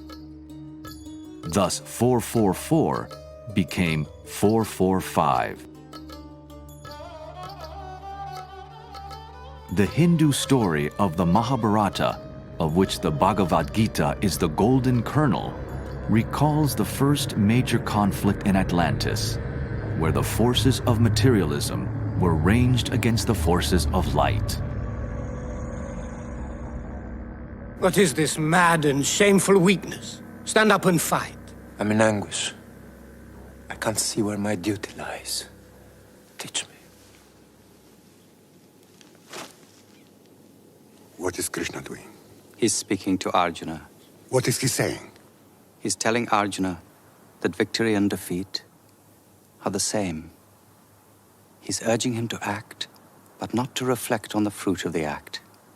He says to him, seek detachment. Fight without desire. You say, forget desire, seek detachment. Yet you urge me to battle, to massacre. Your words are ambiguous. I am confused. Krishna tells him, don't withdraw into solitude. Renunciation is not enough. You must act, yet action mustn't dominate you. The sons of King Pandu were the emerging initiates of the next race. Arjuna is one of the well-known characters who worked closely with Krishna. The Pandu brothers were the vanguard of the Atlantean race, destined to be the prototypes of the new fifth root race, also called the Aryan race, from the Sanskrit Arya, meaning noble, not the modern misnomer distorted by fascist thinking. 4 million years ago, the Kali Yuga age of death and destruction was in progress in the fourth root race, whilst an overlapping Satya Yuga, or Golden Age, was starting for the fifth root race.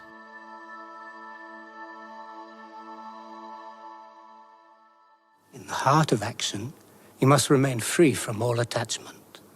How can I put into practice what you are demanding of me? The mind is capricious, unstable. It's evasive, feverish, turbulent, tenacious. It's harder to subdue than taming the wind. You must learn to see with the same eye a mound of earth and a heap of gold, a cow and a sage, a dog and the man who eats the dog. There's another intelligence beyond the mind.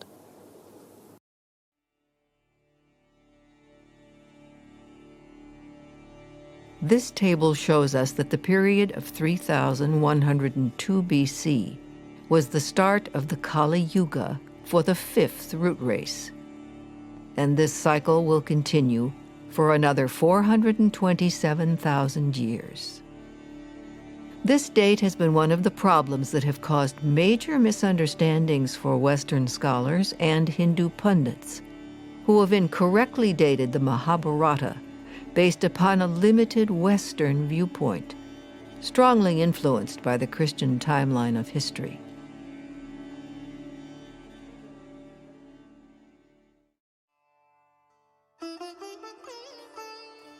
Arjuna's brother, Yudhishthira, symbolically opened the Kali Yuga era.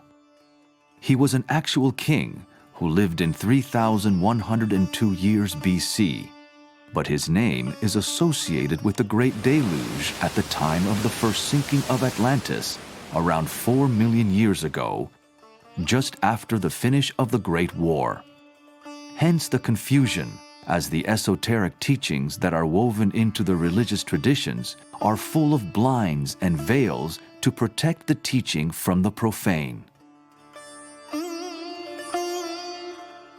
Again, because of cultural misconceptions over the centuries in both the East and the West, considering anything outside of several thousand years is a place few have wished to venture. At this critical juncture in the middle of the Atlantean race, initiates were emerging as candidates for the Golden Age or Satya Yuga of the 5th root race. They were in direct conflict with those who wanted to maintain their old ways of materialism, the acquisition of luxury, and the foulest sorceries. The majority of the Atlanteans pursued anything they desired and appropriated it. They were completely immersed in the darkest expression and distortions of their Kali Yuga period. According to the ancient scriptures, part of the Mahabharata war was fought in flying craft known as Vimana, today known as UFOs. This information can be found in the ancient Hindu text, the Vimanika Shastra. That technology, along with the knowledge of pyramid building and solar power, etc., has been in existence for a very long time. They were some of the gifts to the race alluded to earlier. After the war was fought, the first Atlantean flood engulfed the earth, resulting in a large portion of Atlantis sinking entirely beneath the sea. According to the doctrine of the secret sciences, both the war and the flood occurred about 4 million years ago.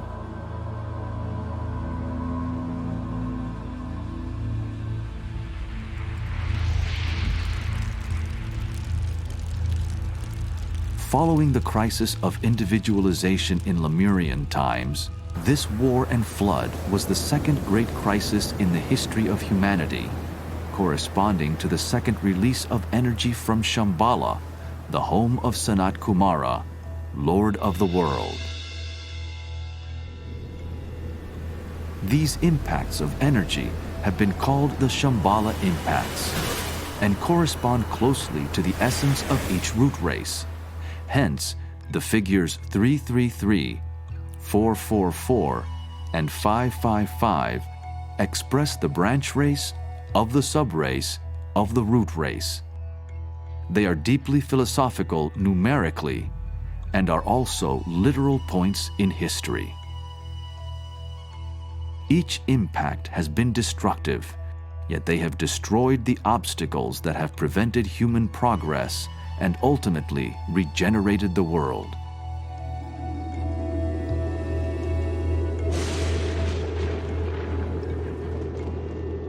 Whenever the history of the universal flood is told, the story of Noah is not very far away. No matter what tradition, or by what name he is called, Nyuha in the Hindu tradition, or Noki in the Andean civilizations, Noah's story is allegorical, deeply symbolic, and literal.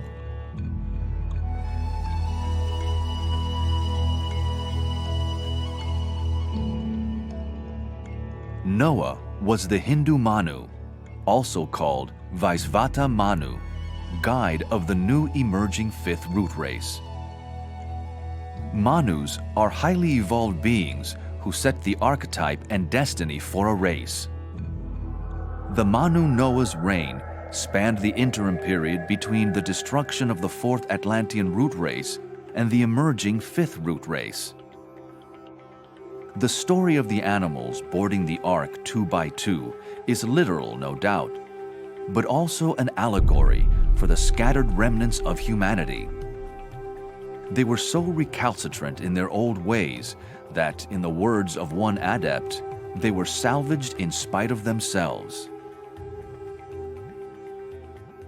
So in light of these 10 Hindu Manus and their Jewish patriarch equivalents, we can consider Noah as the 10th patriarch, who is equivalent to the Hindu Vaisvata Manu. And we have stories in the Bible and in many other traditions around the world in different mythologies of this being who built a large ark and collected animals 2 by 2 and sailed around the world and rescued them. This is the story of the great flood of Atlantis that engulfed most of the planet and only left the mountaintops existent with a few survivors on them. And so the story of Noah's Ark is an allegory for humans being collected, possibly animals too. This being called Noah took all these remnants, or these animals, if you like, back to a location in the Himalayas where he basically bred them over a period of a few million years into a new race.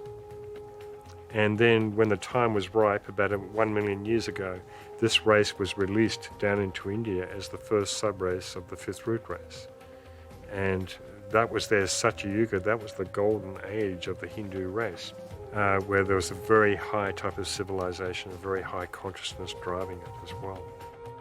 So you see this same kind of legend in South America where he's called Nuak, and the same type of story where he rescued the remnants of humanity. And in fact, if you look at the indigenous people, the Aymara people in Peru, you see that they are identical to the Tibetans. And it's quite likely that this Nuak individual took people from South America to a place in the Himalayas.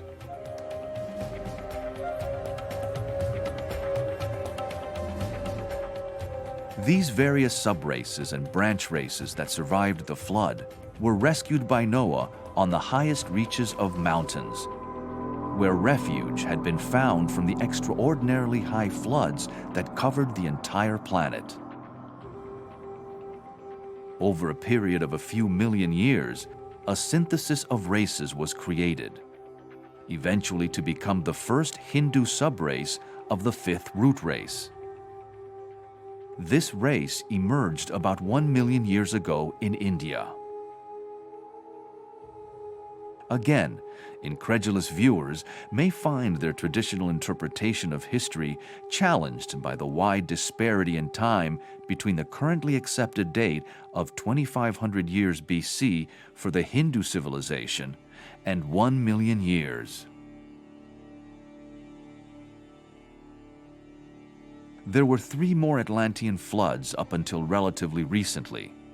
This has become a source of confusion for scholars chronologically, mistaking Plato's Atlantis as the only Atlantis and the only sinking, when in fact, the sinking of the various continents and islands of Atlantis spanned approximately 4 million years.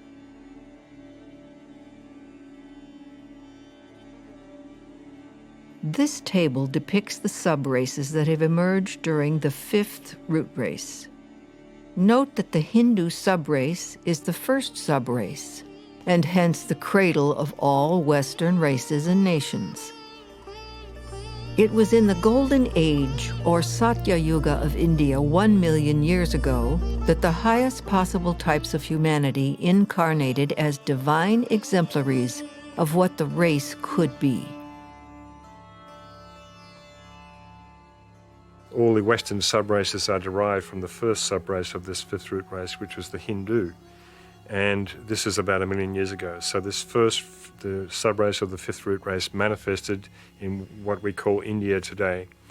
And the other subraces came into being over the last 1 million years. So we have the second subrace, which was the Egyptian Mayan, which had its origins in the south of India, which is now sunk in the Indian Ocean. We have the third subrace, which is the Semitic. We have the fourth subrace, which is the Celtic Latin. And we have the fifth subrace, which is the Teutonic, Germanic, Anglo-Saxon. The Hindu subrace is the foundation of all the Western races, most of whose languages can be traced back to their root stem, Sanskrit. The succeeding subraces emerged in roughly 200,000-year intervals. Well, we are told in the Ageless Wisdom teachings that Sansa is the ancient language of the gods and that it preceded Sanskrit. And Sanskrit, of course, is the ancient language of the Hindus, so Sansa has to be older, at least older than 1 million years, and was probably the main language of the adepts during Atlantean times. It's a symbolic language, and it is there, still exists in the ethers for us to tap into if we so choose.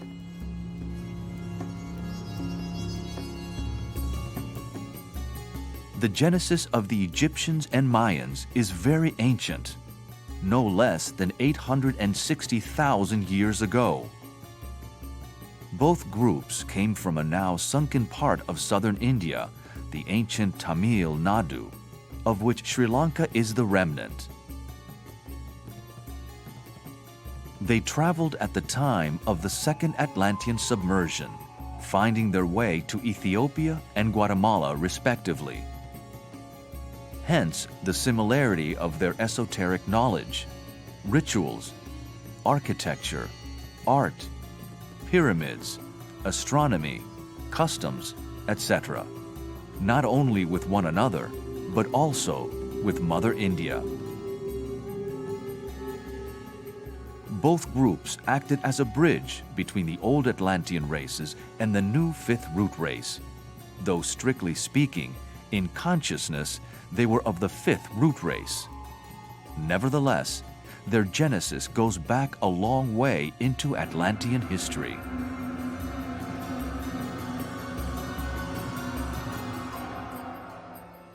The second Great Deluge happened around about 860,000 years ago, which was the start of the second subrace of the fifth root race. The Egyptians went to what is now known as Ethiopia and gradually worked their way down the Nile over hundreds of thousands of years, and the Mayans went further to Guatemala. And again, we have these language keys to tracing these civilizations. For instance, there are many words used in the Mayan language which resemble words in the language of Sri Lanka. So these are very important keys to tracing civilizations and their cross-fertilization with one another.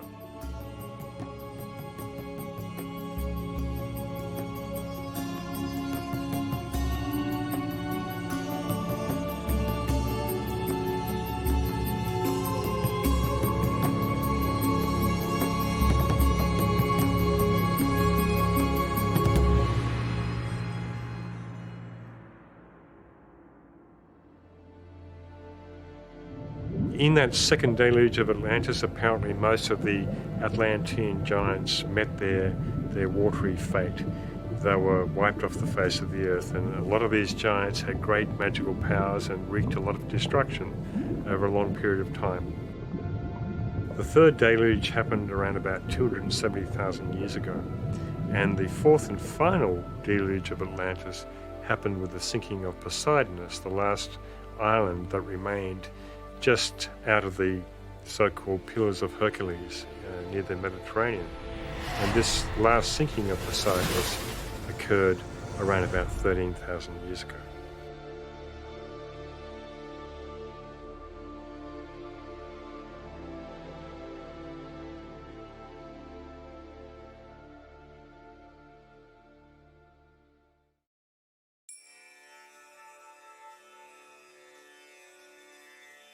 This table depicts the 4 major Yuga cycles of this 5th root race, which spans almost 4 million years.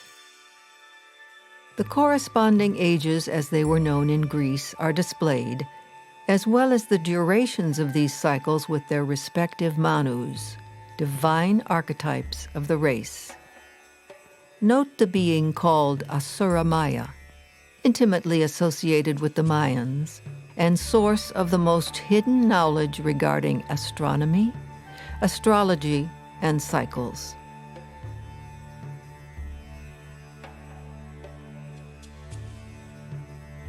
Egypt has been the repository and guardian of the world's mystery tradition for about 800,000 years.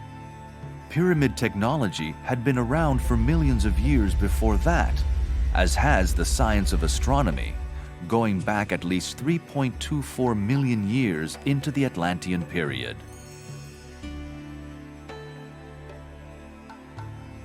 The astronomical records of universal history are said to have had their beginnings in the 3rd subrace of the 4th root race, or the Atlanteans.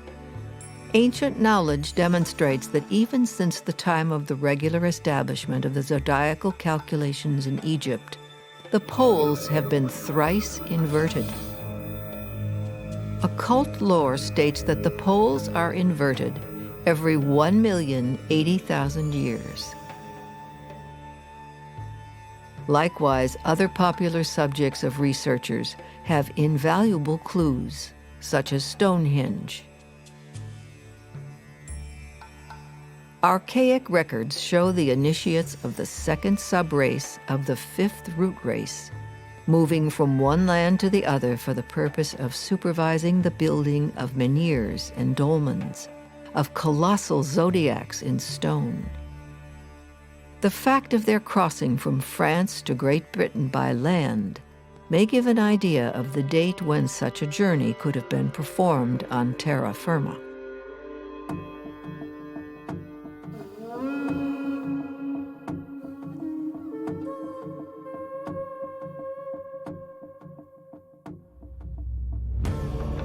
Hence, Stonehenge and many other constructions in Europe are much more ancient than hitherto speculated, up to 860,000 years old. Note also that these enormous structures were erected partly through the brute strength of the giants of that race.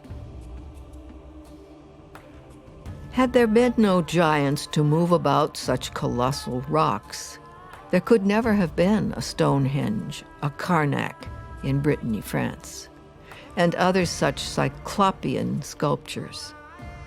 If there had not been such a thing as magic, there could never have been so many witnesses to oracular and speaking stones.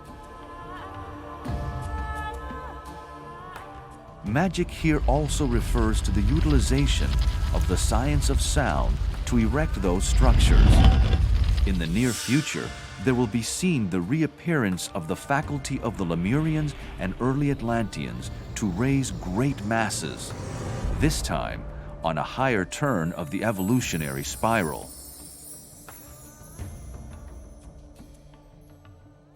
These monuments were raised through the ability of the early builders to create a vacuum through sound, nullifying the force of gravity and utilizing it for their own purposes.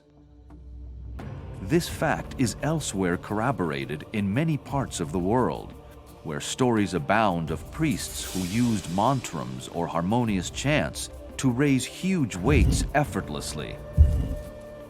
Likewise, the power of sound was used to destroy. In the Christian Bible is the tale of Jericho, a story that has descended to us from Atlantean times. In those days, the use of sound on physical and emotional levels was understood and practiced, being utilized for selfish and materialistic ends in most of the cases. When trumpets were sounded a certain number of times after a rhythmical circuit of the walls of Jericho, those walls collapsed.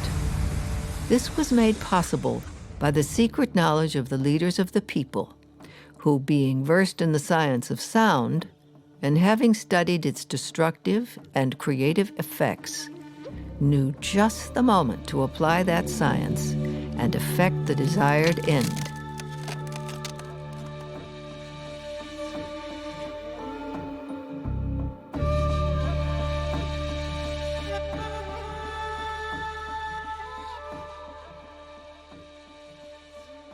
Megalithic sites are very important for tracing the hidden history of humanity and all the civilizations that have come and gone.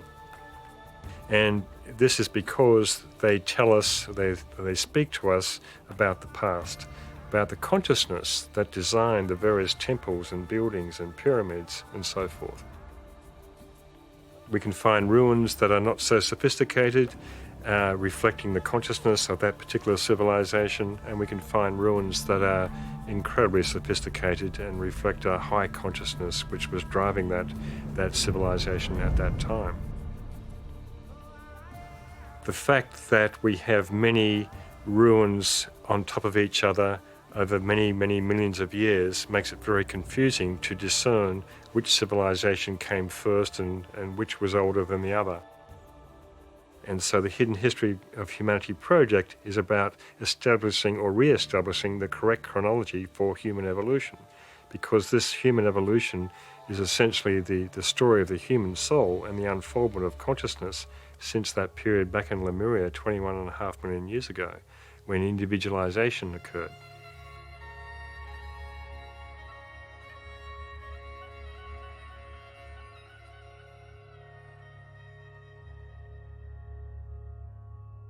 Thus far, the viewer may still be incredulous at these extraordinarily long cycles being discussed here. Consider this. If the precession cycle of 25,920 years was known to the ancients, then they may well have studied and lived through those cycles at least a few times.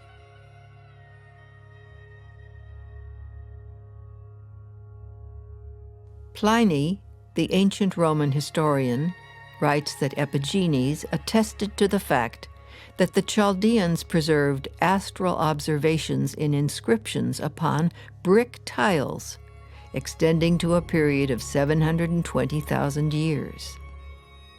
Cicero, the Roman statesman and philosopher, somewhat indignantly relates the Babylonian priests' assertion that they had preserved upon monuments observations extending back 470,000 years.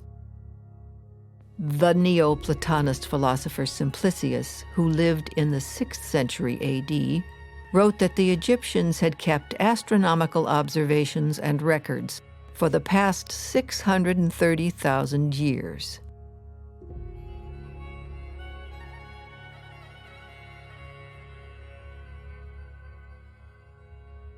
There are numerous examples of these kinds of figures from historians and philosophers like Pythagoras and Plato, who lived in our relatively recent history, but who were in touch with a much greater antiquity. In Plato's ancient writings, he talks about this 9,000 years before his time, but this is also a veil for a greater period of time where he's talking about the second flood of Atlantis 900,000 years before his time. And so he's talking about two floods at the same time in his writings, because he was an initiate or a master. So his writings can be interpreted on several levels. Why would these recognized and respected commentators in many fields contrive these figures independently of one another? Modern authors have also ignored data that is available to them in their own disciplines, such as the Hindu or Mayan systems for measuring time. As Wendell Phillips once said, we have a pitying estimate for the narrowness, ignorance, and darkness of the bygone ages.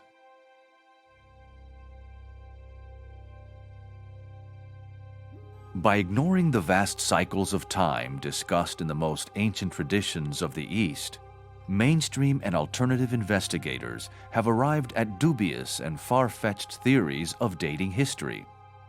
This has come about through trying to address the disproportionate timescales between the mainstream theory of the dinosaur extinction 65 million years ago and the accepted theory of civilization emerging between 5 to 10,000 years ago. Hence, theories such as cataclysmic geology and crust slippage have been put forward over the past 100 years or more.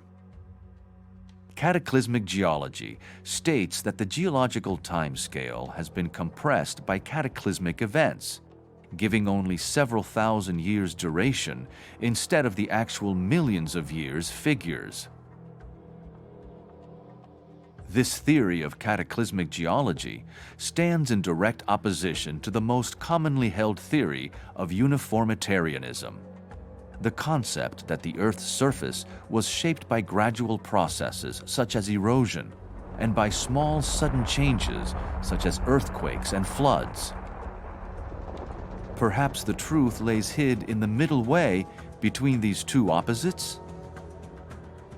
Cataclysms come around regularly and cyclically through the rounds, the Manvantaras, the Yugas, and they come destroying with fire or with water or with wind, and they're created by cyclic events that are associated with the sun and the moon's gravitational pull on the earth, and no doubt other factors. Geological cataclysms have come and gone for millennia, shaping the evolution of the Earth. Another middle way solution on the theme of chronology is that infant humanity emerged 20 million years ago, close to the dinosaur extinction. This is verified by teachings of the ageless wisdom. In concurrence with this alternative chronology is the esoteric doctrine's dating of the Cretaceous period at 16 million years ago, bringing discoveries such as fossilized human footprints in Cretaceous rocks into more reasonable contention. In crust slippage theory, the entire outer shell of the Earth moves approximately 2,000 miles like the loose skin of an orange. This theory was based upon the idea of continental drift that posits the existence of an ancient supercontinent called Pangaea or Gondwana land, where all current continents were joined together, gradually drifting apart. The ageless wisdom does not concur with these theories, but asks fair-minded investigators to consider that far older continents may lay hid beneath the ocean floor, whose strata have never been geologically explored. In relation to the cataclysms that occur on the planet, the continents break up and sink, or they are raised from the ocean floor. And this is counter to the current scientific theory of Gondwana land, where we see this one supercontinent, all the continents joined together, then gradually through continental drift, drifting apart and creating the current position of the continents on the planet. Esoterically, this is not so. The continents actually sunk beneath into the Earth's crust and are raised again from the Earth's crust. So as we transition from this fifth root race to the sixth root race, we will see these continents re-emerging from the Earth's crust again and being raised up out of the ocean and creating new continents while other continents sink. Like Lemuria and Atlantis, today's continents have several times been submerged and then reappeared, bearing new groups of humanity and civilizations. Ancient earthquakes, floods, and volcanic eruptions caused continents to sink, just as future geological upheavals will cause those same continents again to disappear and reemerge. But in the latter's case, not identical to their old forms. The one causal factor that has always been behind these periodical renovations of the Earth has been the varied rotation of the Earth on its axis, caused by the magnetic pull of the Sun and Moon. This has led to decreased velocity of rotation, causing the waters to flow toward the polar lands, submerging them, whilst new lands arise in the middle equatorial regions. Hence, these periodic solar and lunar influences flatten the globe around the equator, making it go down in some places and swell up in others. The swelling runs toward the extremities of the poles, hence new lands arise and old ones are sucked under. Related to the phenomenon of decreased axial rotation are periodic tilts of the Earth's axis that bring on ice ages and floods, creating exterminations of civilizations, flora, and fauna. These are not random occurrences, but as described in the science of cycles, follow a universal pattern that acts at the appointed time in strict accordance and harmony with karmic law.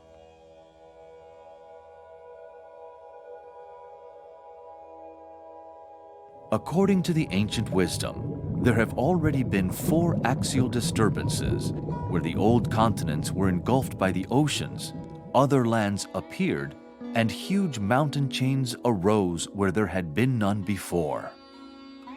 The face of the globe was completely changed, yet each time it required several thousand years of remodeling.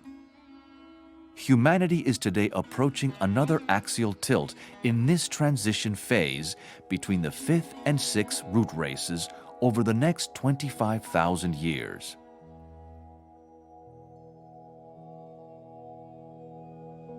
The esoteric doctrine states that another cause of Earth changes belongs to a grand cycle of 1,080,000 years where the planet is subjected to a complete physical revolution, resulting in the poles exchanging places.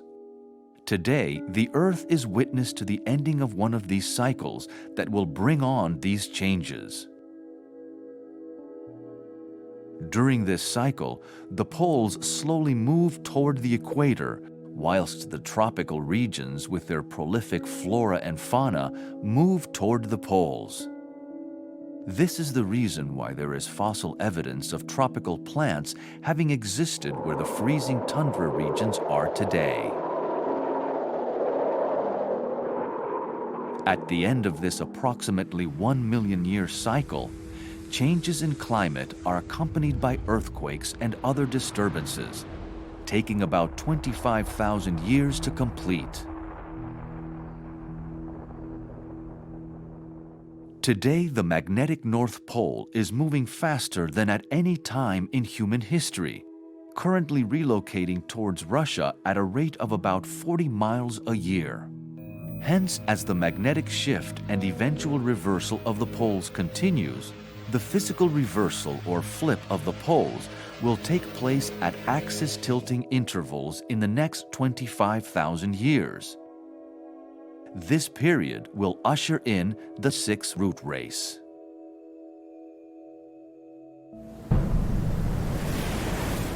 The fourth and final sinking of the Atlantean continents and islands was that of Poseidonus in 9564 BC. Plato's description of Poseidon's fate as 9,000 years is a reference to this latter period for Plato's time, several centuries BC. But it is also a veiled reference to the aforementioned second major sinking of Atlantis, which took place nearly 900,000 years ago. Atlantis was not in one particular place, as many investigators seem to think. Its islands and continents were scattered around the globe. So ancient Atlantis was centered in the USA, where the USA is today, but it was scattered all over the globe. There was no one Atlantis to be found anywhere. where many books are written about this. Oh, I finally found Atlantis. But the author does not realize that Atlantis comprised many continents in the Atlantic Ocean, south of India, in the Pacific Ocean, and so forth. But we are told in the Ageless Wisdom teachings that the main continent, or the main hub of civilization of Atlantis, was centered in the USA. And so the North American Indians are actually remnants of the latter subraces of the fourth root race, of the Atlantean root race. Indeed, many of their rituals and customs are very similar to the Tibetan rituals and customs, and there have been several books written about this by academics. And so again, we have this connection.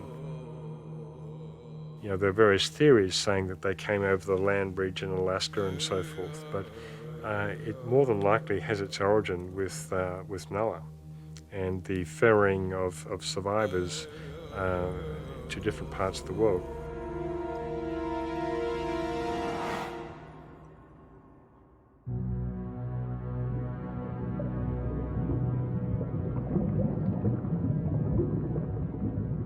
The Atlantis 900,000 years ago was a very large island continent, now sunk in the Atlantic Ocean. Plato's description of an Atlantean city was a generic blueprint for many Atlantean cities, the remains of which have been discovered in several locations in South America and elsewhere. And so the sub-races of the fifth root race evolved over the past 1 million years, warring incessantly with the remaining sub-races of the Atlanteans. The Manu for the third sub-race of the fifth root race was Abraham, founding father of the Jewish, Arab, and Afghani peoples. One character in Abraham's story was Ishmael, who represented the troublemaking capacity of the Atlantean consciousness. Note that the three major root races elapsed thus far, and the crises of humanity are reflected in the numerals 333, 444, and 555, depicting branch race, subrace, and root race. The three periods in this table represent the three initiations or expansions of consciousness, representing control over the physical, emotional, and mental bodies respectively throughout the elapsed three root races. They also represent three releases of intense spiritual power from the crown chakra of the world, Shambhala. Today, in Earth's crisis, it is entering the sixth branch race of the fifth subrace of the fifth root race. The sixth branch race is the seed for the coming sixth subrace, which will be the seed for the sixth root race, eventually based in South America over the next 25,000 years.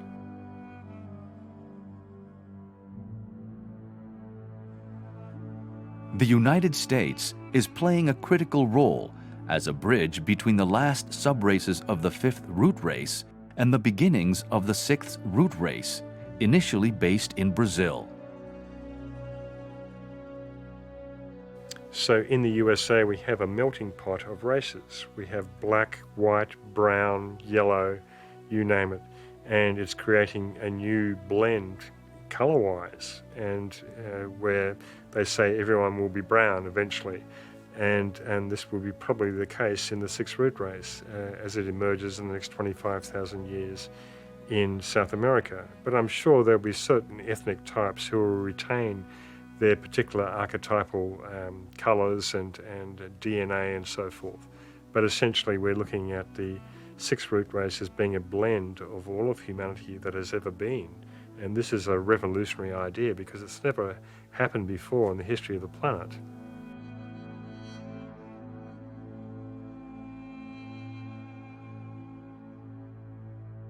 The sixth root race returns to the middle of South America, where the old power spots are gradually reawakening. The fifth root race is in its Kali Yuga cycle, just as the Kali Yuga was active in the previous cycle in Atlantis. As mentioned previously, this confusion of the Kali Yugas of the fourth and fifth root races led to major errors in chronology. It is said that ultimately, the fifth root race will be destroyed by fire, through volcanoes and earthquakes, just as the Atlantean race was destroyed by water.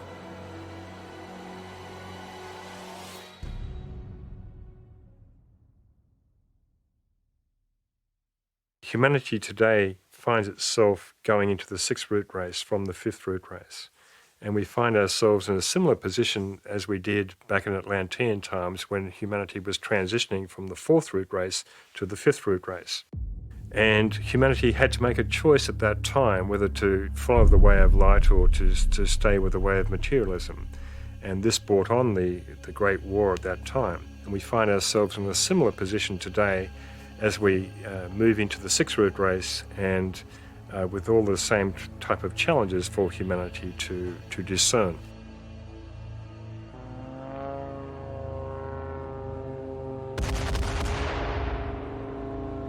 World Wars I and II are subjectively regarded as one war, a recapitulation of the ancient Mahabharata conflict, with the same forces ranged against each other, the so-called Lords of the Dark Face versus the Lords of Shining Countenance. So it's important to understand today that we are in a third phase of the World War. It currently exists in the mental plane, but depending on humanity's choice, it could go to the physical plane as it did in World War I and II. World War I and II are regarded esoterically as one war and as a recapitulation of the Atlantean War, where the same forces were ranged on both sides. And this time, in World War I and II, the forces of light triumphed. The door where evil dwells, quote unquote, was sealed. But in the last 70 years since World War II, that door has drifted ajar somewhat, and the forces of materialism have refined and consolidated their position even more. So now we have this third phase of the World War that is raging upon the mental plane in terms of the world of ideas, ideologies, and so forth. And it is through conferencing, communications, politically, culturally, and so forth, that will bring about a resolution of this problem. But the point of least resistance, as it always has been for humanity, is to work it out on the physical plane through sheer force. And this is a real danger at the moment because the increasing Shambhala impacts, the increasing force of Shambhala, which we are told we had the fifth impact in the year 2000, is going directly to humanity, where hitherto had been veiled or filtered by the hierarchy. So the point of least resistance for humanity when they receive this Shambhala force is to use force, is the power of the will in its lower aspect. So these are the dangers we are facing, yet the hierarchy made a calculated risk to allow this Shambhala force to go directly to humanity because it's going to help speed up evolution and accelerate evolution. This planet has fallen way behind in its evolution. It should be at the same status as Venus, we're told in the Ageless Wisdom teachings. And the reason it isn't is because of the failure of the moon chain evolution, the previous chain to this earth chain.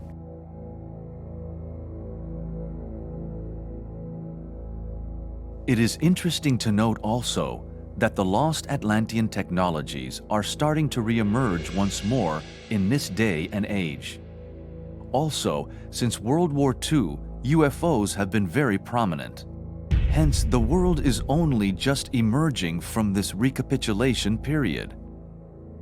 It is now upon the upward swing of the pendulum, from the middle period of the root races, but also the halfway mark of the entire planetary scheme. The war between these opposing forces of materiality and light still rages upon the mental plane, as humanity finds its way through the darkness before the dawn, toward the approaching Aquarian cycle, reminding us of William Blake's immortal words, I will not cease from mental fight, nor shall my sword sleep in my hand.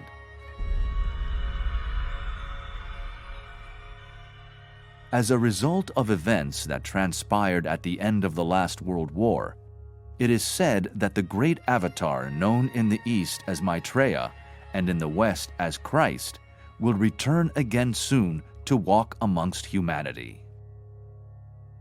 The hierarchy have planned to externalize amongst humanity once again for the first time in about 3 or 4 million years.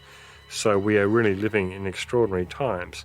The forces of materialism know this, are aware of this fact, and are fighting tooth and nail to keep the status quo the way it is, so that the forces of light do not manifest. So we are really emerging from a period of control by the forces of materialism, despite the fact that many thousands of people have reached liberation since that time. But overall, the planet has been in control by those forces.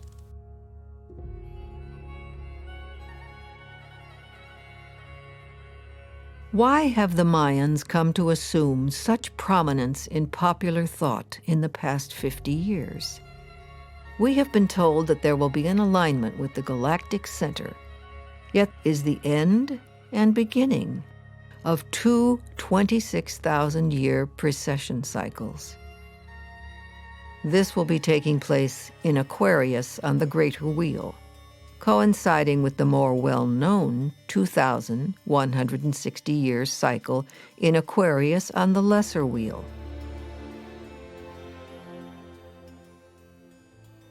Hence, we are in a time of unique opportunity. 2 Aquarian cycles. A new precession cycle will take humanity into the 6th root race proper in about 25,000 years' time. But Mayan elders and others connected to the secret wisdom do acknowledge that Earth changes will increase for the next few hundred years, and it is occurring with increasing frequency now. Humanity regards these kind of events as material disasters, yet they have always been cyclic in nature and accompany the shift of consciousness from one race to another, just as there is usually a new continent that is raised for the new race. Hence, parts of South America may sink, whilst other older landforms nearby may be raised out of the sea. The Mayan tradition points the way to South America and its role for a reawakened Shambhala, from where the Ancient of Days or the Lord of the World will resume his watch for the 6th root race. The Mayans' ancient base in Guatemala and the consciousness that was generated there is a bridge between North America with its synthesized European consciousness and the future 6th root race in South America. For thousands of years, Central America has played the role of a great meeting place for many cultures from the Pacific and the Atlantic Oceans. Currently, the main focus for Shambhala is in one of its branches somewhere in the Gobi Desert in Mongolia, existing in invisible etheric matter. As noted earlier, the original location of Shambhala in Lemurian times was in South America, whilst another branch of Shambhala was much later connected to the Mayans in Guatemala.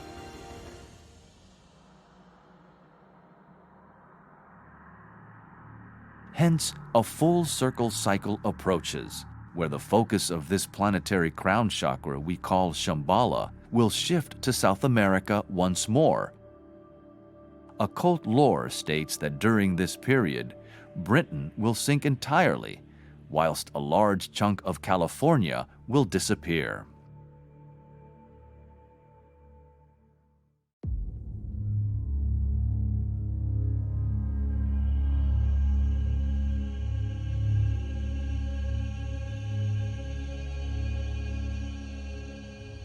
Cataclysms will occur worldwide during the next 1,000 years. Continents will be shaken. Lands will be raised and submerged, culminating in the profound material disaster which will overtake the world towards the close of the fifth root race. This will usher in the infant sixth root race. Yet all of these events happen within naturally occurring cycles.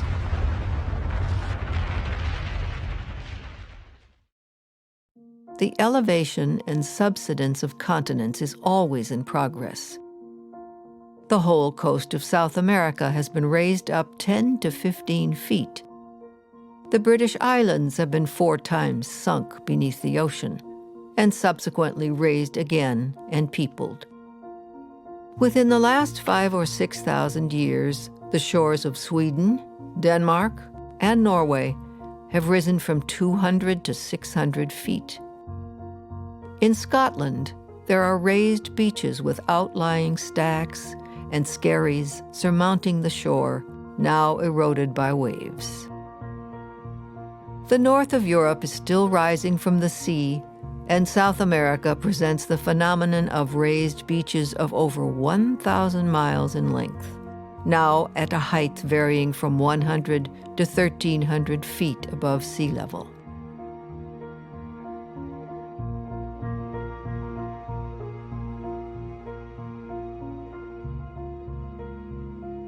Forms, whether they are land masses or humans, come and go. But the consciousness remains and moves forward. It is the soul's evolution toward liberation that is the most important factor, whether it be individual, group, racial, national, or global. The sixth root race is where the intuition will be developed and will express itself through the qualities of the heart and right human relationships. Humanity will reclaim knowledge of some of the lost Atlantean technologies, create new forms of music and art, as well as gain an understanding of the nature of the soul, reincarnation, and its true place in history. The Aquarian cycle will be an age of science, exoteric and esoteric, where the universal spiritual laws will come into a much closer alignment with our earthly laws, and a period of peace could well reign in the new Satya Yuga, or Golden Age.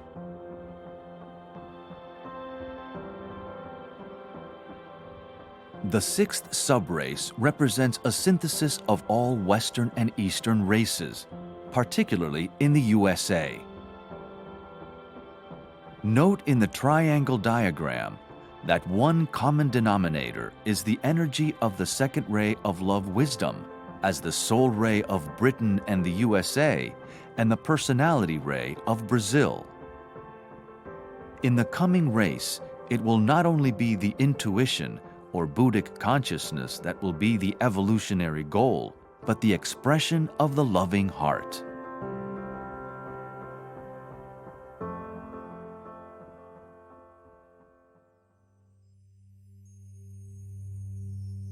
The nature of the soul is relationship, and the challenge for humanity is to demonstrate right human relations. It is one of the keys of the imminent Aquarian cycle.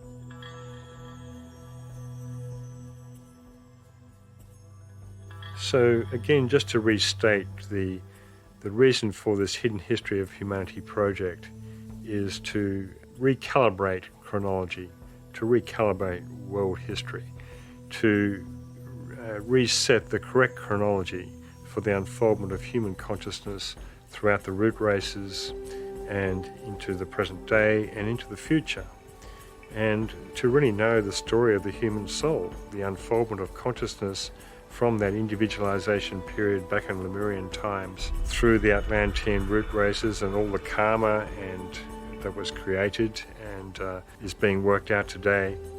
This can only be an empowering factor for humanity to help guide it into the new sixth root race which is emerging.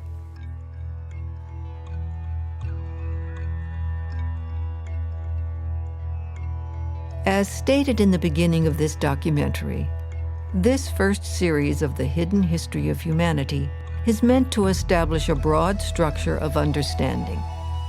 A future series will follow and fill in more detail. In the meantime, the viewer can visit the author's website or obtain various publications such as The Hidden History of Humanity, Volume 1, or The Shambhala Impacts.